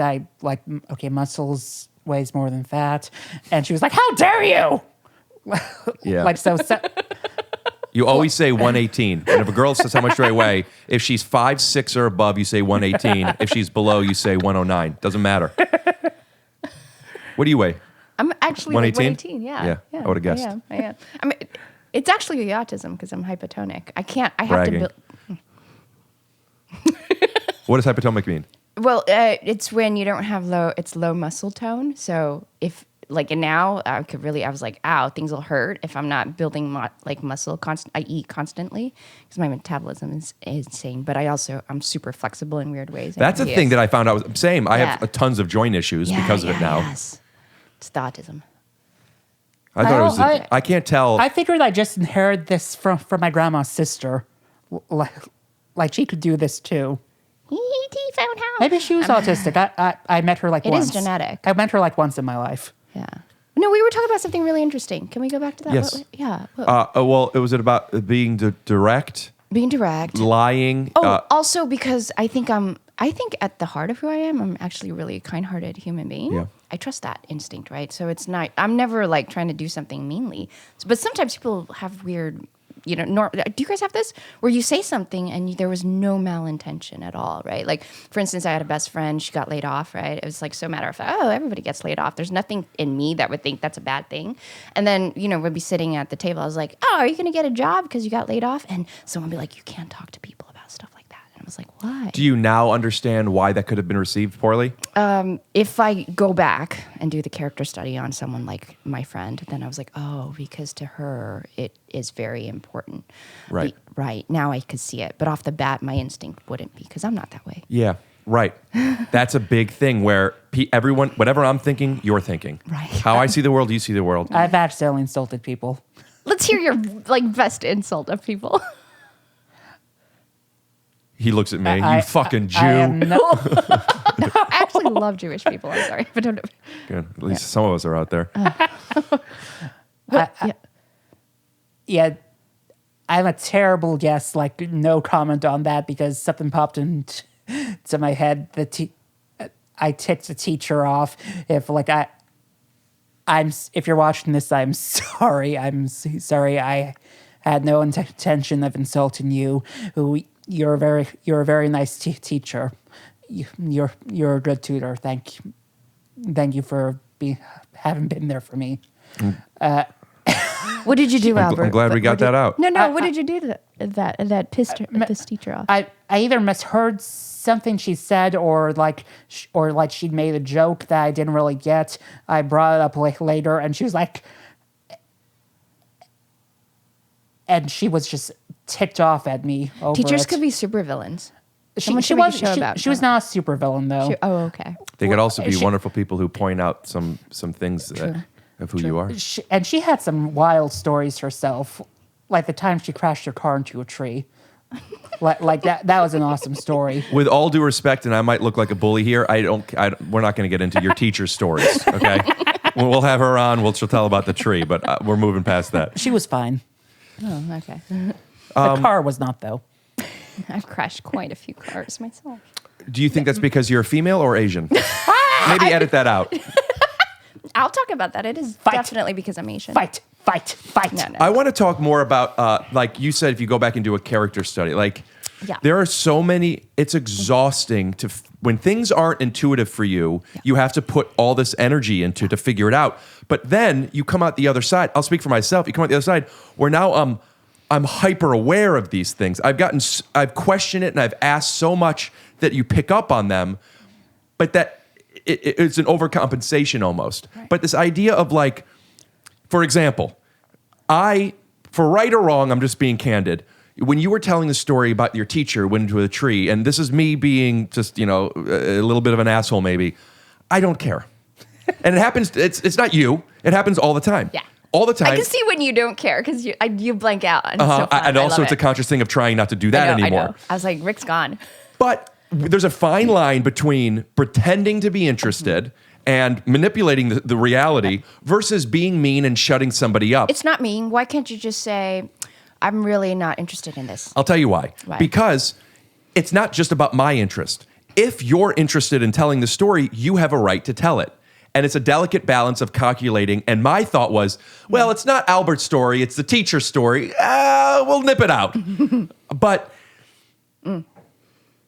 why wouldn't you just say, Albert, like if you were really comfortable, right? You could be like, can we talk about something else right now? Yeah, so here's what I'm saying, that is that learning that stuff. You can, sometimes, it's all based on chemistry because the benefit of that is we get to now move on and I get to have the show go the way I want it to. From my eyes, that's a benefit. And that's why I can't talk about the car on top of the tree.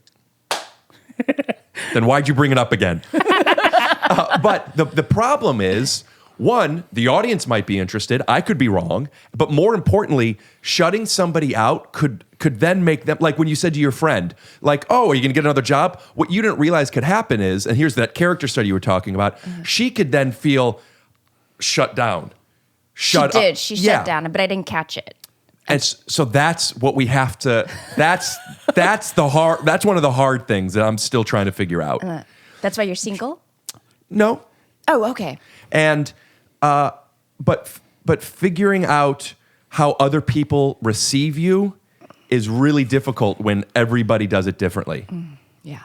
And when you ask, how does this make you feel? This is what I meant about people not always being in touch with their feelings. Yeah. They don't, a lot of times if I say, do you mind if we move on? They'll be like, oh, that's okay. But what they're really thinking is, man, that sucks. I wanted to. Oh, yeah. See, that's the neurotypical world because... Well, that's just another reason why I find our set really fun because with other autistic people, it's like cleaner, right? It's just like, no, but here's why. Like, we're going to explain and then we're going to understand. And then it's like, oh, I get it. And there's not as much offensiveness around things that are just misunderstandings. It's funny you bring that up because I actually want to cut to a clip. Yeah. And Albert, you and I have spoke on this based on our characters versus real life on how Jack is a bit direct and say what he thinks, but it's mean to Harrison. At certain points, he is trying to be a bit mean. Yeah. Like it's an insecurity on the character's part. Wait, on who, Jack or Harrison? Jack's. Oh. I want to show a clip. That's not like the whole of his bluntness, though. Like, he's blunt by nature. You look so good in those sunglasses. Who wants to start? Harrison smells. Jack? It's probably because he's so fat. Jack, please take out your headphones, and that's rude. How am I supposed to Hey, get a Violet, we boyfriend need if to I can have get one married if I'm in the kitchen conversation. squirting mustard on sandwiches? Violet. That word. Violet, watch your language. Jack, is that how friends talk to each other? No, but he's not my friend. My best friend since preschool. You're not even qualified to live here with us. Of course he is. Your family's rented this apartment for all three of you, and you know that. So we could become independent. Harrison will never be independent or have a Harrison, job. don't listen to that. His Jack. parents are filthy rich and they pay for most of the rent. Otherwise, you wouldn't even make the cut. Jack. Harrison, I think that Jack might be a little agitated right now. And so he's saying things he doesn't actually mean, and I just want to find out how you're feeling about that. I don't like him very much right now. Yeah, I understand. Jack, do you hear that? How am I ever going to hook up with a man?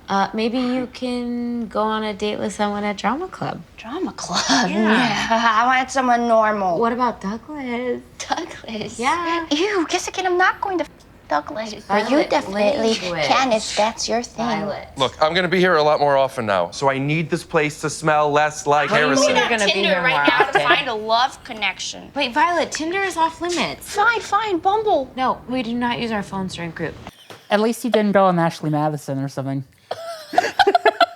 When The fact that you could talk about Ashley Madison, it's like, what are you doing? Harrison. No. I like that Sosie's character Mandy asked you, how does that make you feel? Yeah. I remember that during that because that helped out me as a performer. Once you said that I don't like it, for Jack to kind of register that. Maybe he doesn't, he doesn't apologize, but like he didn't know your feelings, not because of any reason other than he wasn't thinking about them. And that's an example of being direct. Yeah, he didn't. Yes. And mean. Well, my yeah, dad he was does really that. in his head. All the time. Like not really. We'll talk about that in a second, but I want to hear. Not really caring about Harrison's feelings or anything. Yeah.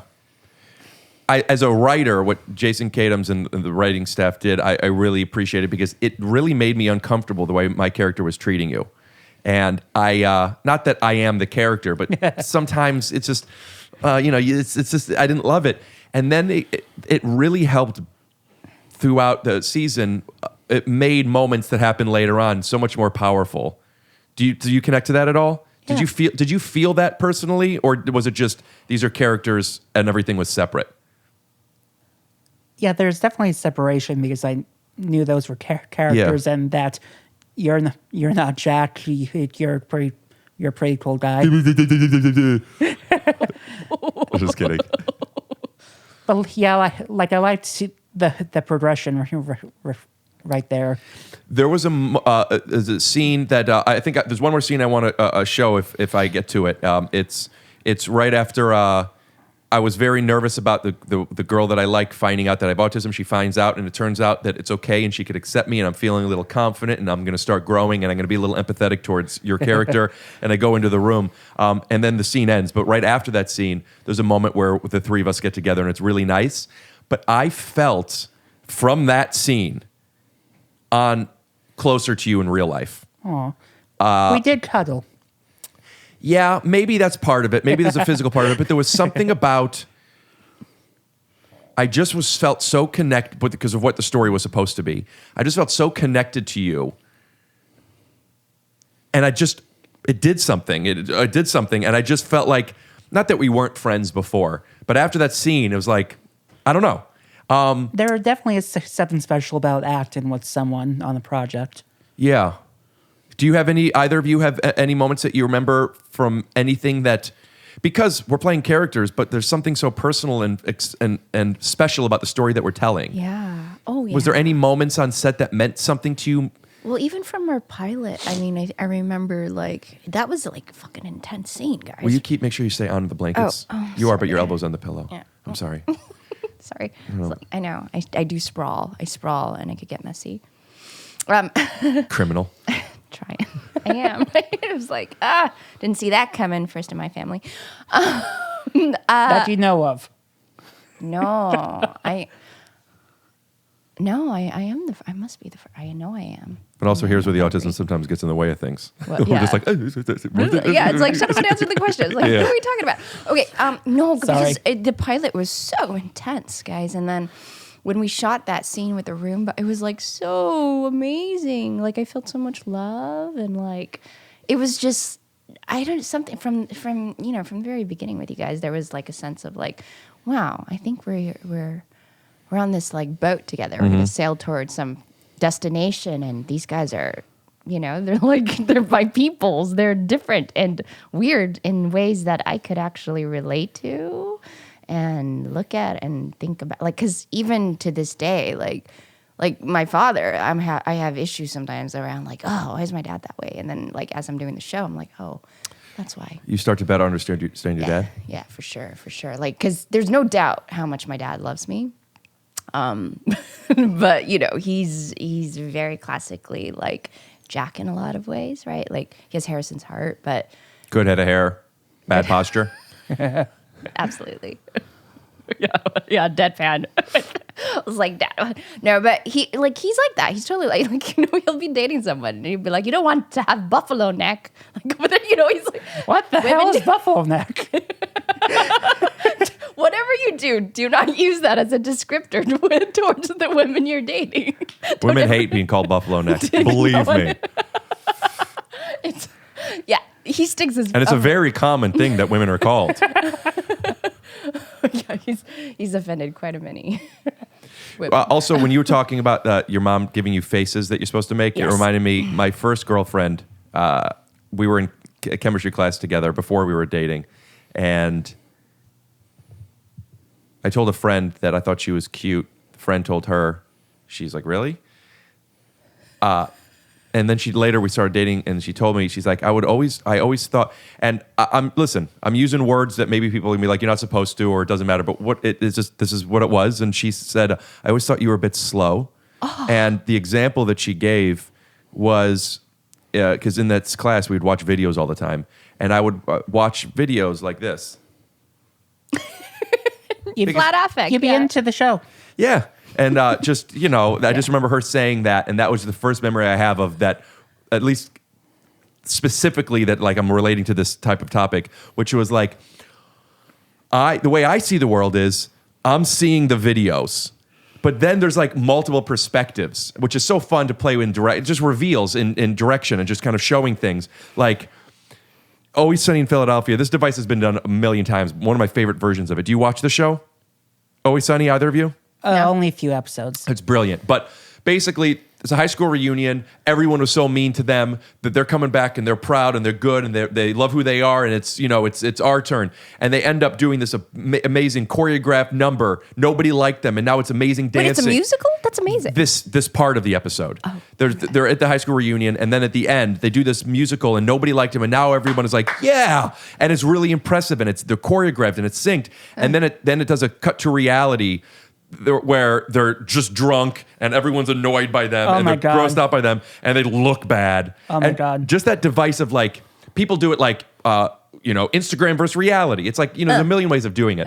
But that was like one where I'm like, oh, there's another way of seeing the world by somebody looking at me. Oh my God. And I just that kind of like, what do I look like? What do people think about me, Wait, so do you hold your face You don't, because I'm looking at you. I am more conscious of doing things. I had Jackie Tone, who was a different girlfriend of mine who I'm friends with now. She's been on podcasts numerous times, and I told this story, but we were dating, and she goes, are you listening to me? And I went, yeah, and maybe a little passive aggressively. I repeated back verbatim. I could, I can't read fast, but I could do that. Yeah. And she goes, well, how do I know that? And I'm like, what do you need from me? And she taught me. She said, you're supposed to basically do, when somebody's talking, you're supposed to nod, and you're supposed to go, So then for like the next few months, whenever she was talking, again, just being a little bit of an ass, I would go, But like, what do you want? But people need call and response. There's like it. Yeah. Anyway, but. Not autistic people, though. And that's part of something else I realized, because we don't need it, we don't learn it. Yeah. Because we are, unless we're manipulating that world, right? Like how so? Well, because it's like, well, if I have a meeting, I have to. But you have to learn to do that. And then it's not authentic. Make your potential boss like you. Yeah. Yeah, exactly. If you want jobs, shit like if that. If you want a job, you're supposed to go. If you want money, if you want stuff. But you have to learn these things. You do. I wish people taught me like job interview stuff. Like before, Job interview skills is a good one. My first one I ever had, I messed up royally. The guy Tell me what the job was for you were applying for. supermarket, What does that mean? You were going to be a supermarket? working at a supermarket, Register and bags? just any job they had. Right. And by the end of it, the guy was just like, "I'm not sure why you want this job." And then I hung up the phone on him without ending anything. He's rude. No, I did. Because you were mad at him or No, embarrassed? because I was embarrassed and sad. Like I knew I was screwing this up. Like I might as well have just said I want this job because I don't want to starve. Like I had no idea what to say to it, so I was just like, I can't answer this. I don't know. I'm just hanging up. Albert, that sounds like what we talked about before of you making a mistake that is totally normal to make and it happens all the time, but these mistakes really affect you in a stronger way than... I'm trying to make sure I'm trying to get better at that. And that's great. What kind of strategy is there? Is it like having a conversation with yourself? Albert, it's okay. Like, what is it that could help? Because what you told me, if somebody, that's just like, oh, the interview's not going great. It happens. But it made you like, what? I guess, this is putting you on the spot, but if you were to give yourself advice or somebody else even, like if you were to hear somebody else say this little mistake that they made and then it really affected them, you know what that's like. Yeah. Is there any advice or perspective that you have on that now that you're a little bit older? It'll be okay. They don't care as much as you do on this. Right. And just like prepare in advance in the future. Try to know what you're doing. That's a good one. I have an acting coach, David Sullivan, shout out to David, who he was helping me and I wasn't off book yet. And I was getting really anxious and I was afraid I was wasting his time. I was wasting my time. We're not going to have time to do it. And I wasn't able to be present into even doing the thing. Harder and harder the more, yeah. And he said, it's okay. What would have made this better? And I said, if I was prepared. And he goes, remember that for next time. Remember how bad it feels to not be prepared. And then it's a corny thing. Will Smith, shout out to Will Smith and his book, by the way, always says fail forward. But like, if there's a problem and if you could learn from it. Well, did you guys ever have it where it was so hard that you were just like, fuck it. And just like, you just stopped caring. And you were just like. Yeah, you just go numb. Yeah, no, I'm not numb, but you're just like, well, what the fuck do you want me to do? Oh, I do. When I stop caring, I go a little numb. It's just, I'm not there. Yeah, because it's too hard sometimes too. It's like, that's why I think the show's amazing because it's like, okay, it's hard to follow every single tiny thing. You're going to miss it, right? Day to day, I feel like our workload is probably like 90%. I don't know. I don't have a percentage for this, but about 90%. About 90% more than like a regular person's workload is just to like survive, right? Because you're like sitting. And eventually, you just need a day off to go to Disneyland and not have to care. You mean 4 times a month? Yeah, about 4 times a month, sometimes 5. Works for me. I'd like to go to Disneyland. We should figure it out. How long are you in town? I'm still not totally comfortable going there in this moment in time, but maybe I would. I'm only here until like the 22nd. Sorry. Maybe if we do season 2. Next time when you come back, give us a heads up. Yeah. I said I'm working on this idea of like unwritten rules written. Yeah. I want to read a couple. Okay, let's hear it. These are not proofed. There's just I've never read these. I just draft some and I'm just going to read some random ones. Okay. Mark in your phone's calendar and set an alert for when a family member or friend has a birthday, celebration, or is doing something that they are nervous about. I do that constantly. Every single day is an alert and calendar. That's how I keep up.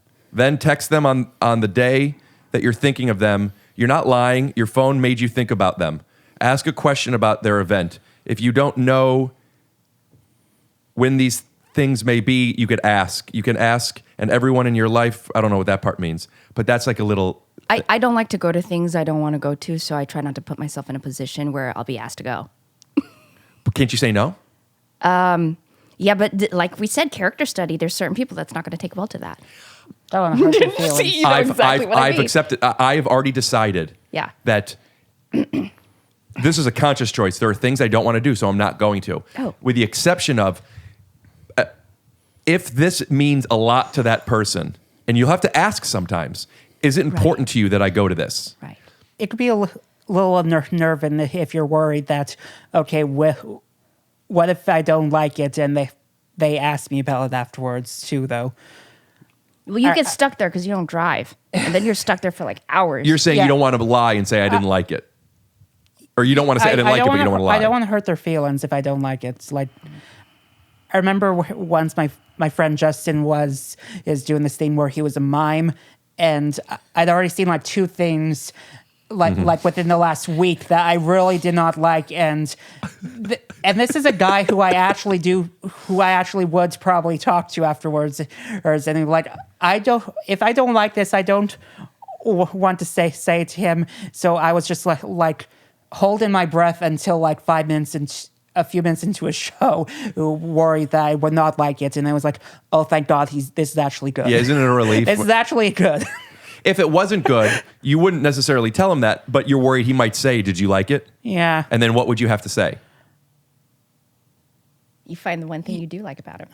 Ooh, that's good. Yeah. You look like you're having fun. Right, you find something. What do I say? Yeah, that's something that I don't know if everybody could. I don't believe everybody could relate to. That everyone has been in situations where they don't know what to say or they want to do it a certain way. But the amount of calculating that we do. Yeah. I don't want to lie. I don't want to do this. I don't want to make this. I don't want them to feel this way. But I don't know if they'll feel this. And it's just it gets so exhausting sometimes that you just don't want to go anywhere. I don't want to have to figure out everything all the time. Yes. I'm feeling a little emotional right now from this. Oh my God, I love that. It's just hard. Yeah. It's just hard sometimes. And it's not their fault, and it's not our fault, but more people have subscribed to this system that we haven't. It's like we're Macs and they're PCs, and it's just different. You know, it's different software. We're iPhones, they're Androids. Yeah. Although I would say, as great as Apple is, I'm an Amazon guy. Make sure you follow As We See It PV on Twitter and Instagram. And no joke, please go follow them and just blast the comments with how great this podcast is. This has been brought to you by Shameless Promotion. Hey, this is an ad-free episode, baby. We're leaning in. I want to read a couple more. Yeah. Always wash your hands when you enter your or someone's home. If someone looks sad, ask how they're feeling. How would you know they're sad? If they look sad. Oh, you could tell, actually. Not always. Okay. But yeah, a lot of times what I could Some tell. people hide it well. Yeah, you don't know. Yeah. But sometimes you could notice an energy shift if if people are some way. I would always do that. I don't know what you're feeling, but I do know something happened. Right. That's the hyper empathy where you could feel the other person's feelings. When you see a homeless person outside, ask them if you could buy them a sandwich, coffee, bottle of water, etc., but only if you feel safe doing so. Yeah, I love that. I always give money if I can. Yeah. Say sorry when you're sorry, not because somebody is frustrated with you for reasons that aren't your doing. I think that's an important one, and maybe this is considerate or maybe this is inconsiderate, but I think that's an important one for females to hear. Yeah. Because I do feel, and I've been told, correct me if I'm wrong, Okay. women feel the need to apologize. I've seen the types of women that do that. Yeah, I've heard of. It's like women who aren't comfortable with their power or who. I had a professor complain about that. It's like one of his colleagues took them a while to get a microphone to her, and her first word was sorry. He was just like, "Why do you feel the need to do that?" I know why. Here's why. It's back to the lying and the manipulation.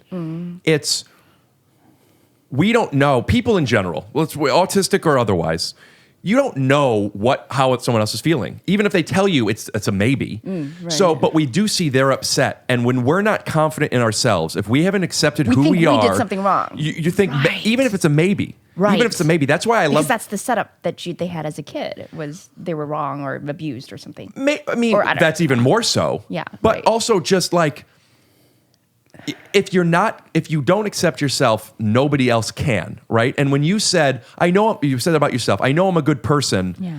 That's a great start because I know my intentions are good. I know what I'm doing. So if you're upset, I could care, I could want to try and resolve, but I'm not going to take it as my responsibility. Right. And I think that's a really It's important very healthy thing of you to do. That's why I think it's something people need to learn early. Like, just because somebody is upset doesn't mean it's your fault. Right. But there are people who will. Yes. Yeah. And that's why it's important to know who you are. And if you're going to blame me, to be able to say, well, let's figure this out. Why did you flip me off? Right. Have that question. And there's a confidence in asking that too that then makes the other person kind of receptive to you. Yes. Communication. Take note of people and things that make you laugh or smile. When you're in a low mood, seek one of those things out, even if you think you won't want it or them. Karaoke. My therapist had that, told me to do that stuff. Oh, am I a hack? No. I listen to a lot of music, especially when I'm not feeling good. Like, Yeah. I just put something on just. Because it's a coping. Yeah. They should do like Harrison's a playlist of what to listen. Because I did that as an autistic kid. I was constantly Harrison's or repeating Albert's? songs. Harrison's. Like if Harrison made a playlist. She's saying like your character. Maybe. Yeah, like if your character did that. 'Cause Nobody that's cares about Albert's playlist. And then you could do Albert's playlist and compare it side by side, right? Because I did that constantly as a kid, repeat songs over and over, and that's a form of stim that looked appropriate, right? Yeah. But I was repeating Madonna's Like a Prayer, like nonstop. That's a good song. Yeah, and I couldn't sleep at night, so I would go out and I would walk Great song. for hours listening to the same. Did you guys do this? Is this weird? Is this My brother still makes jokes about how I would listen to, I think it was number 4 on the Batman Forever soundtrack, but I would listen to Kiss from a Rose on repeat, and I would go to sleep to it. So my brother would just have to hear from the next room. Well, it's brain It's so soothing. I love it. I think that's an autistic thing, right? I'm pretty sure that Heidi Klum would back me up that only people that listen to Seal are people, at least neuro-divergent. I love. Okay. Oh no! I just want to grab your hand, Albert. Let me not do that. I just want to grab your hand. Something I thought from earlier about like interviews and stuff. Yeah. Like maybe like auditions. Yep. Like I had no clue how to do auditions until like Professor Giebel. Shout out to Professor Diebel, put his Instagram handle up here. Giebel. Giebel, put his Instagram handle here. Her. She's the one that really helped me with that. Like, one thing I remember her saying is telling me that they're not expecting you to fail; they want you to succeed. And I would go in there thinking they just want to see me mess up. No, like that's the mindset I had. I need to change that mindset. It's actually a skill to audition. Yeah, she helped. Thank you. She helped me audition like partway through the class. I got through a monologue, and she was like, "That's the first time I saw you do that." And I joked, saying that's a low bar to pass. Oh, like, it's Albert, you're a it was fantastic good. actor, by the way. Let me just say Was how good. you're incredible. You don't ever have to say those things about yourself, because honestly, you're a star now. I did need to like show. You probably don't have to audition anymore. I did need Well, to. I we still do. audition. I want to audition. Hello? Oh, it's 3 right. Hey. Who is that? Wait, what am I listening to? Oh my God!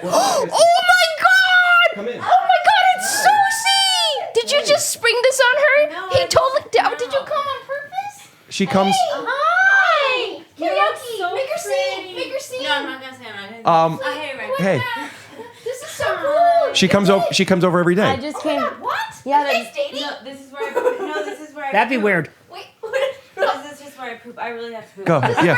oh my No, she comes here to take huge shits. Really, every week, God! or every day. You guys. That's so. The timing worked out. Oh my God. So anyway, like I was, My brain's like blown. I just can't. I'm surprised That's so too. Cool. I'm Kevin Bacon's daughter, and I take huge shits. You're so cool. That was such a cool setup. She comes every day to poop.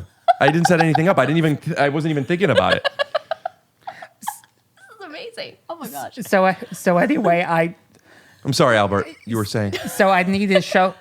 Yeah, I need to. It doesn't matter if I'm a good actor. I need to show them I was. I did one audition where I just like got one sentence out and then everything left me. I fumbled through my first audition, the first small lot, which was Shakespeare. Right. Got one sentence in and just everything left me. But that one was a blessing in disguise because the guy who got that part had to eat a raw onion on stage every night. I don't know what's happening. gotta eat a raw onion on stage every night. That's like Roles you're glad you didn't get, basically. That's the theme. Oh my god! Come on in. This is amazing!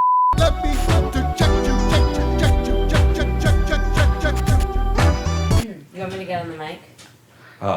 Insecure rapper. I want to call my cousin. Okay. Why? Tell her why. She's a huge fan of Kara Sedgwick. Albert, I'm so happy to see you. I can't believe this is really happening. Albert, tell Sosie what you call me now. Daddy. Dude, that was my name for him. Yeah, both of you call me Daddy. Steal it. Did you? Hey, Riley. Hi. Remember when you got me the audition for As We See It? I do. All right, bye. Like, could you be on FaceTime? FaceTime us, Riley. Do you know there actually is? Hi, Riley. Hi. How are you? She's like not excited. I'm good. What? I'm at the promenade. No way. Oh, at the. So are we. At what store? We're in Anthropology. Riley, we're gonna hang up because there's too much going on right now. But we love you and appreciate you getting Albert on the show. I love you guys too. Thank you. Thanks, Riley. Thank you, All right, Riley. bye. Bye. Do you want me Is to this do yours? It or do you want to do it? Okay. Oh, she hung up. Should I put this Hey, on? Sosie. Yeah. Sosie, if it's possible, I know this is gonna be tough, but when you're talking and try to keep it as limited as possible, lean close to the microphone some. Come in here. Okay, sounds good. I Wait, will. sing, make I'm her not sing, make her staying. sing. I'm not staying long because I had a tuna melt and my breath smells bad. But sing a little Fleetwood Mac for us. God, Come on, no. just really quick. Come on. Rihanna. She has an incredible voice. Sosie, would you please look at camera and read this? oh my Or God. or sweet little, Into the mic. Here. or that song that goes, "Tell me lies, tell me sweet little lies." Tell me lies. Tell me lies. Could you call Kara Sedgwick to do I this? haven't read it. This episode is sponsored by our new show, As We See It. Could you do it a little bit more annoyed? Jesus. Like, what do you want?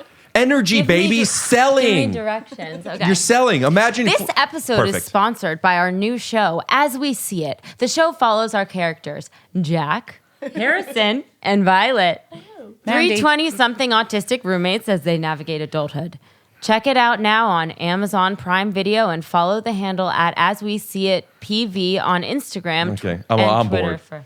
Do you know that do that somebody scene I again? don't We should try to do remember who said to me the other day that there is an interview Here. that there is a rumor going around that we're dating, and so this is not helping the fact that I take shits here every day.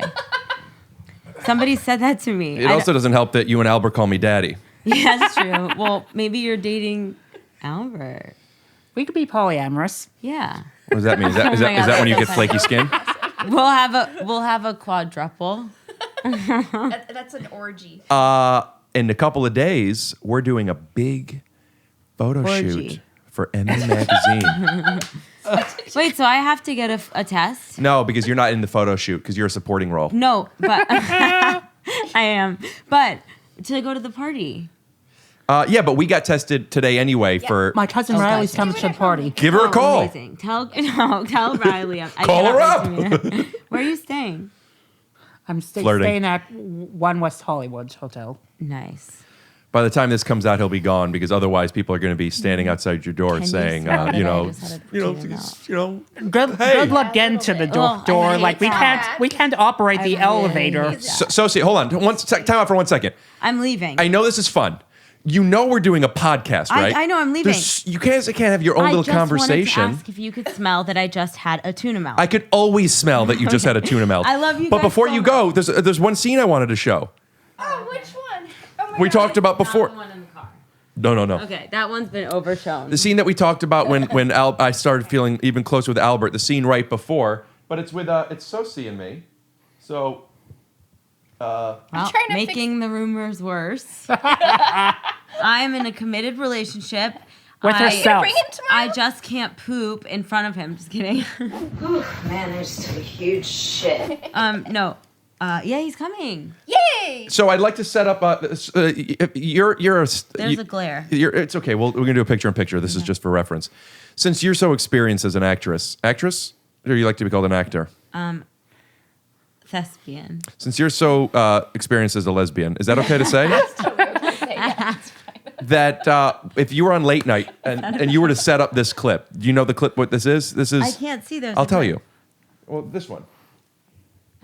Right when Albert's mad at you because of there was a misunderstanding, or technically because he's mad at you, it was a Mr. Understanding. Yeah. And then I come in after my date, and it turns out, hey, I guess I got a girlfriend now, and then I'm gonna go empathize with.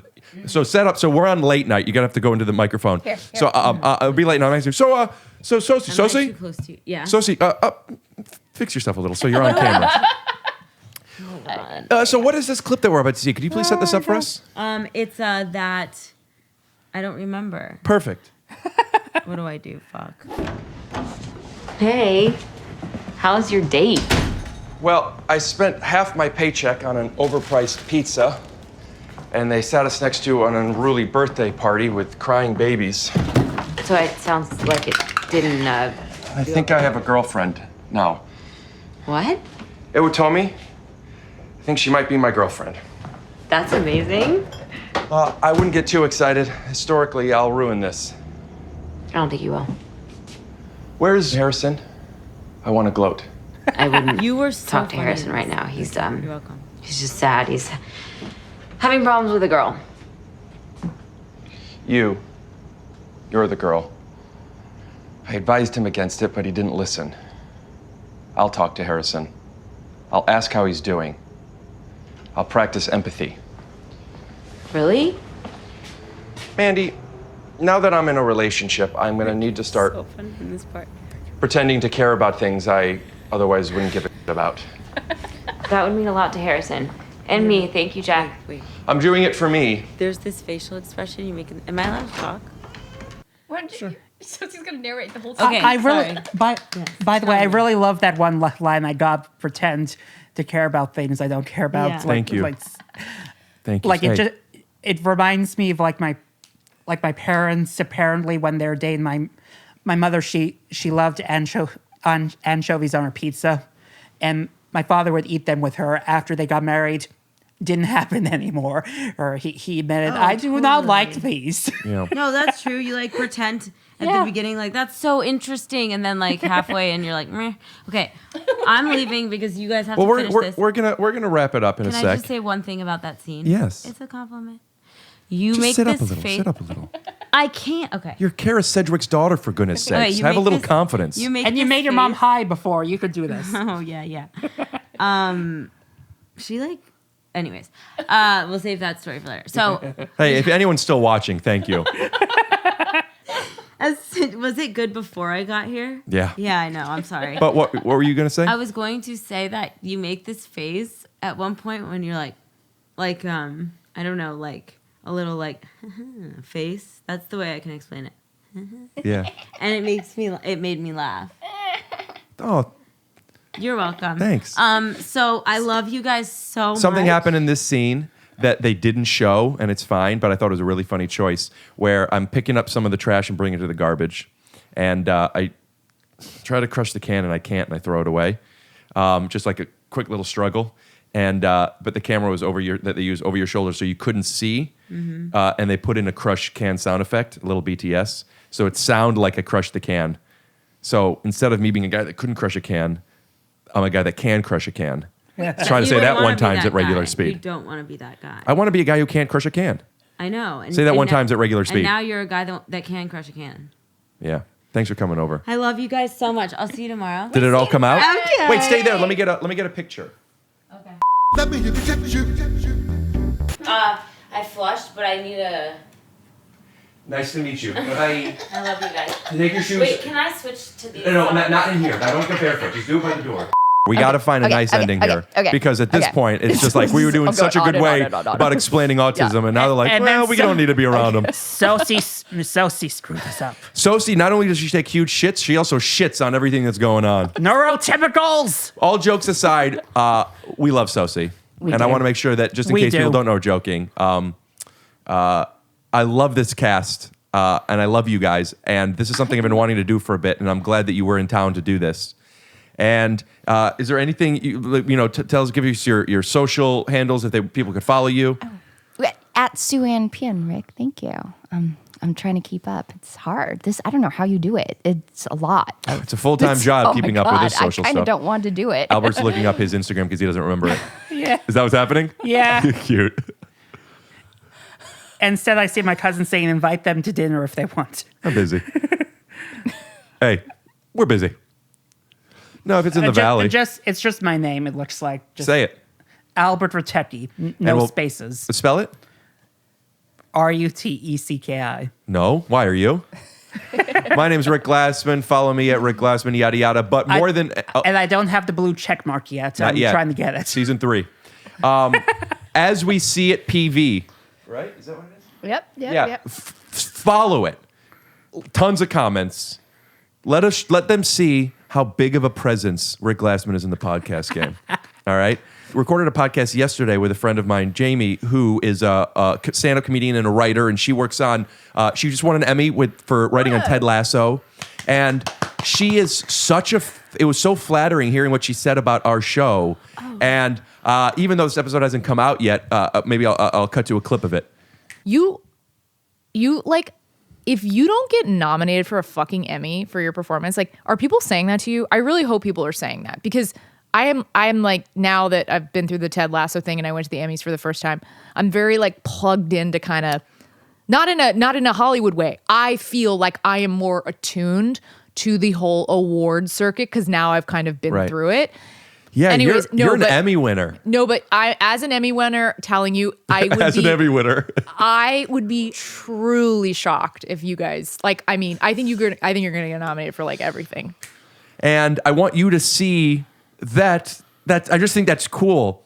There's something really flattering when friends and peers compliment you because there's so much going on and they're focused on their own stuff that it really, I believe it when someone comes up to you and says that kind of stuff unsolicited. We have a cool show. We have a really good show. It's amazing. People are reaching out, like other actors, and you don't expect that, right? One thing that I didn't expect is, I haven't responded yet, but the guy who ran that, he found out he was autistic by watching the show. Wow. Like I'm not sure what to say. Like, tell him about the tree in the car. That actually is a really crazy story. I'm sorry. I was just being playful. It includes chickens and drug addicts. Wait, now I kind of want to hear that. Well, you know what? I'll tell you what. Thank you guys so much for tuning in. If you want to hear about the chickens, drug addicts, and teachers, sign up for my Patreon at patreon.com/shake your shoes off for a little bonus footage. But for now, shall we? Scoot do. Bubbity blue. Blubbity blue. Scoot dee. Ooh, yeah. Oh, yeah. Lean forward. Well, come to me. Oh my god, why do I have to grab your hair? 1, 2. It's gonna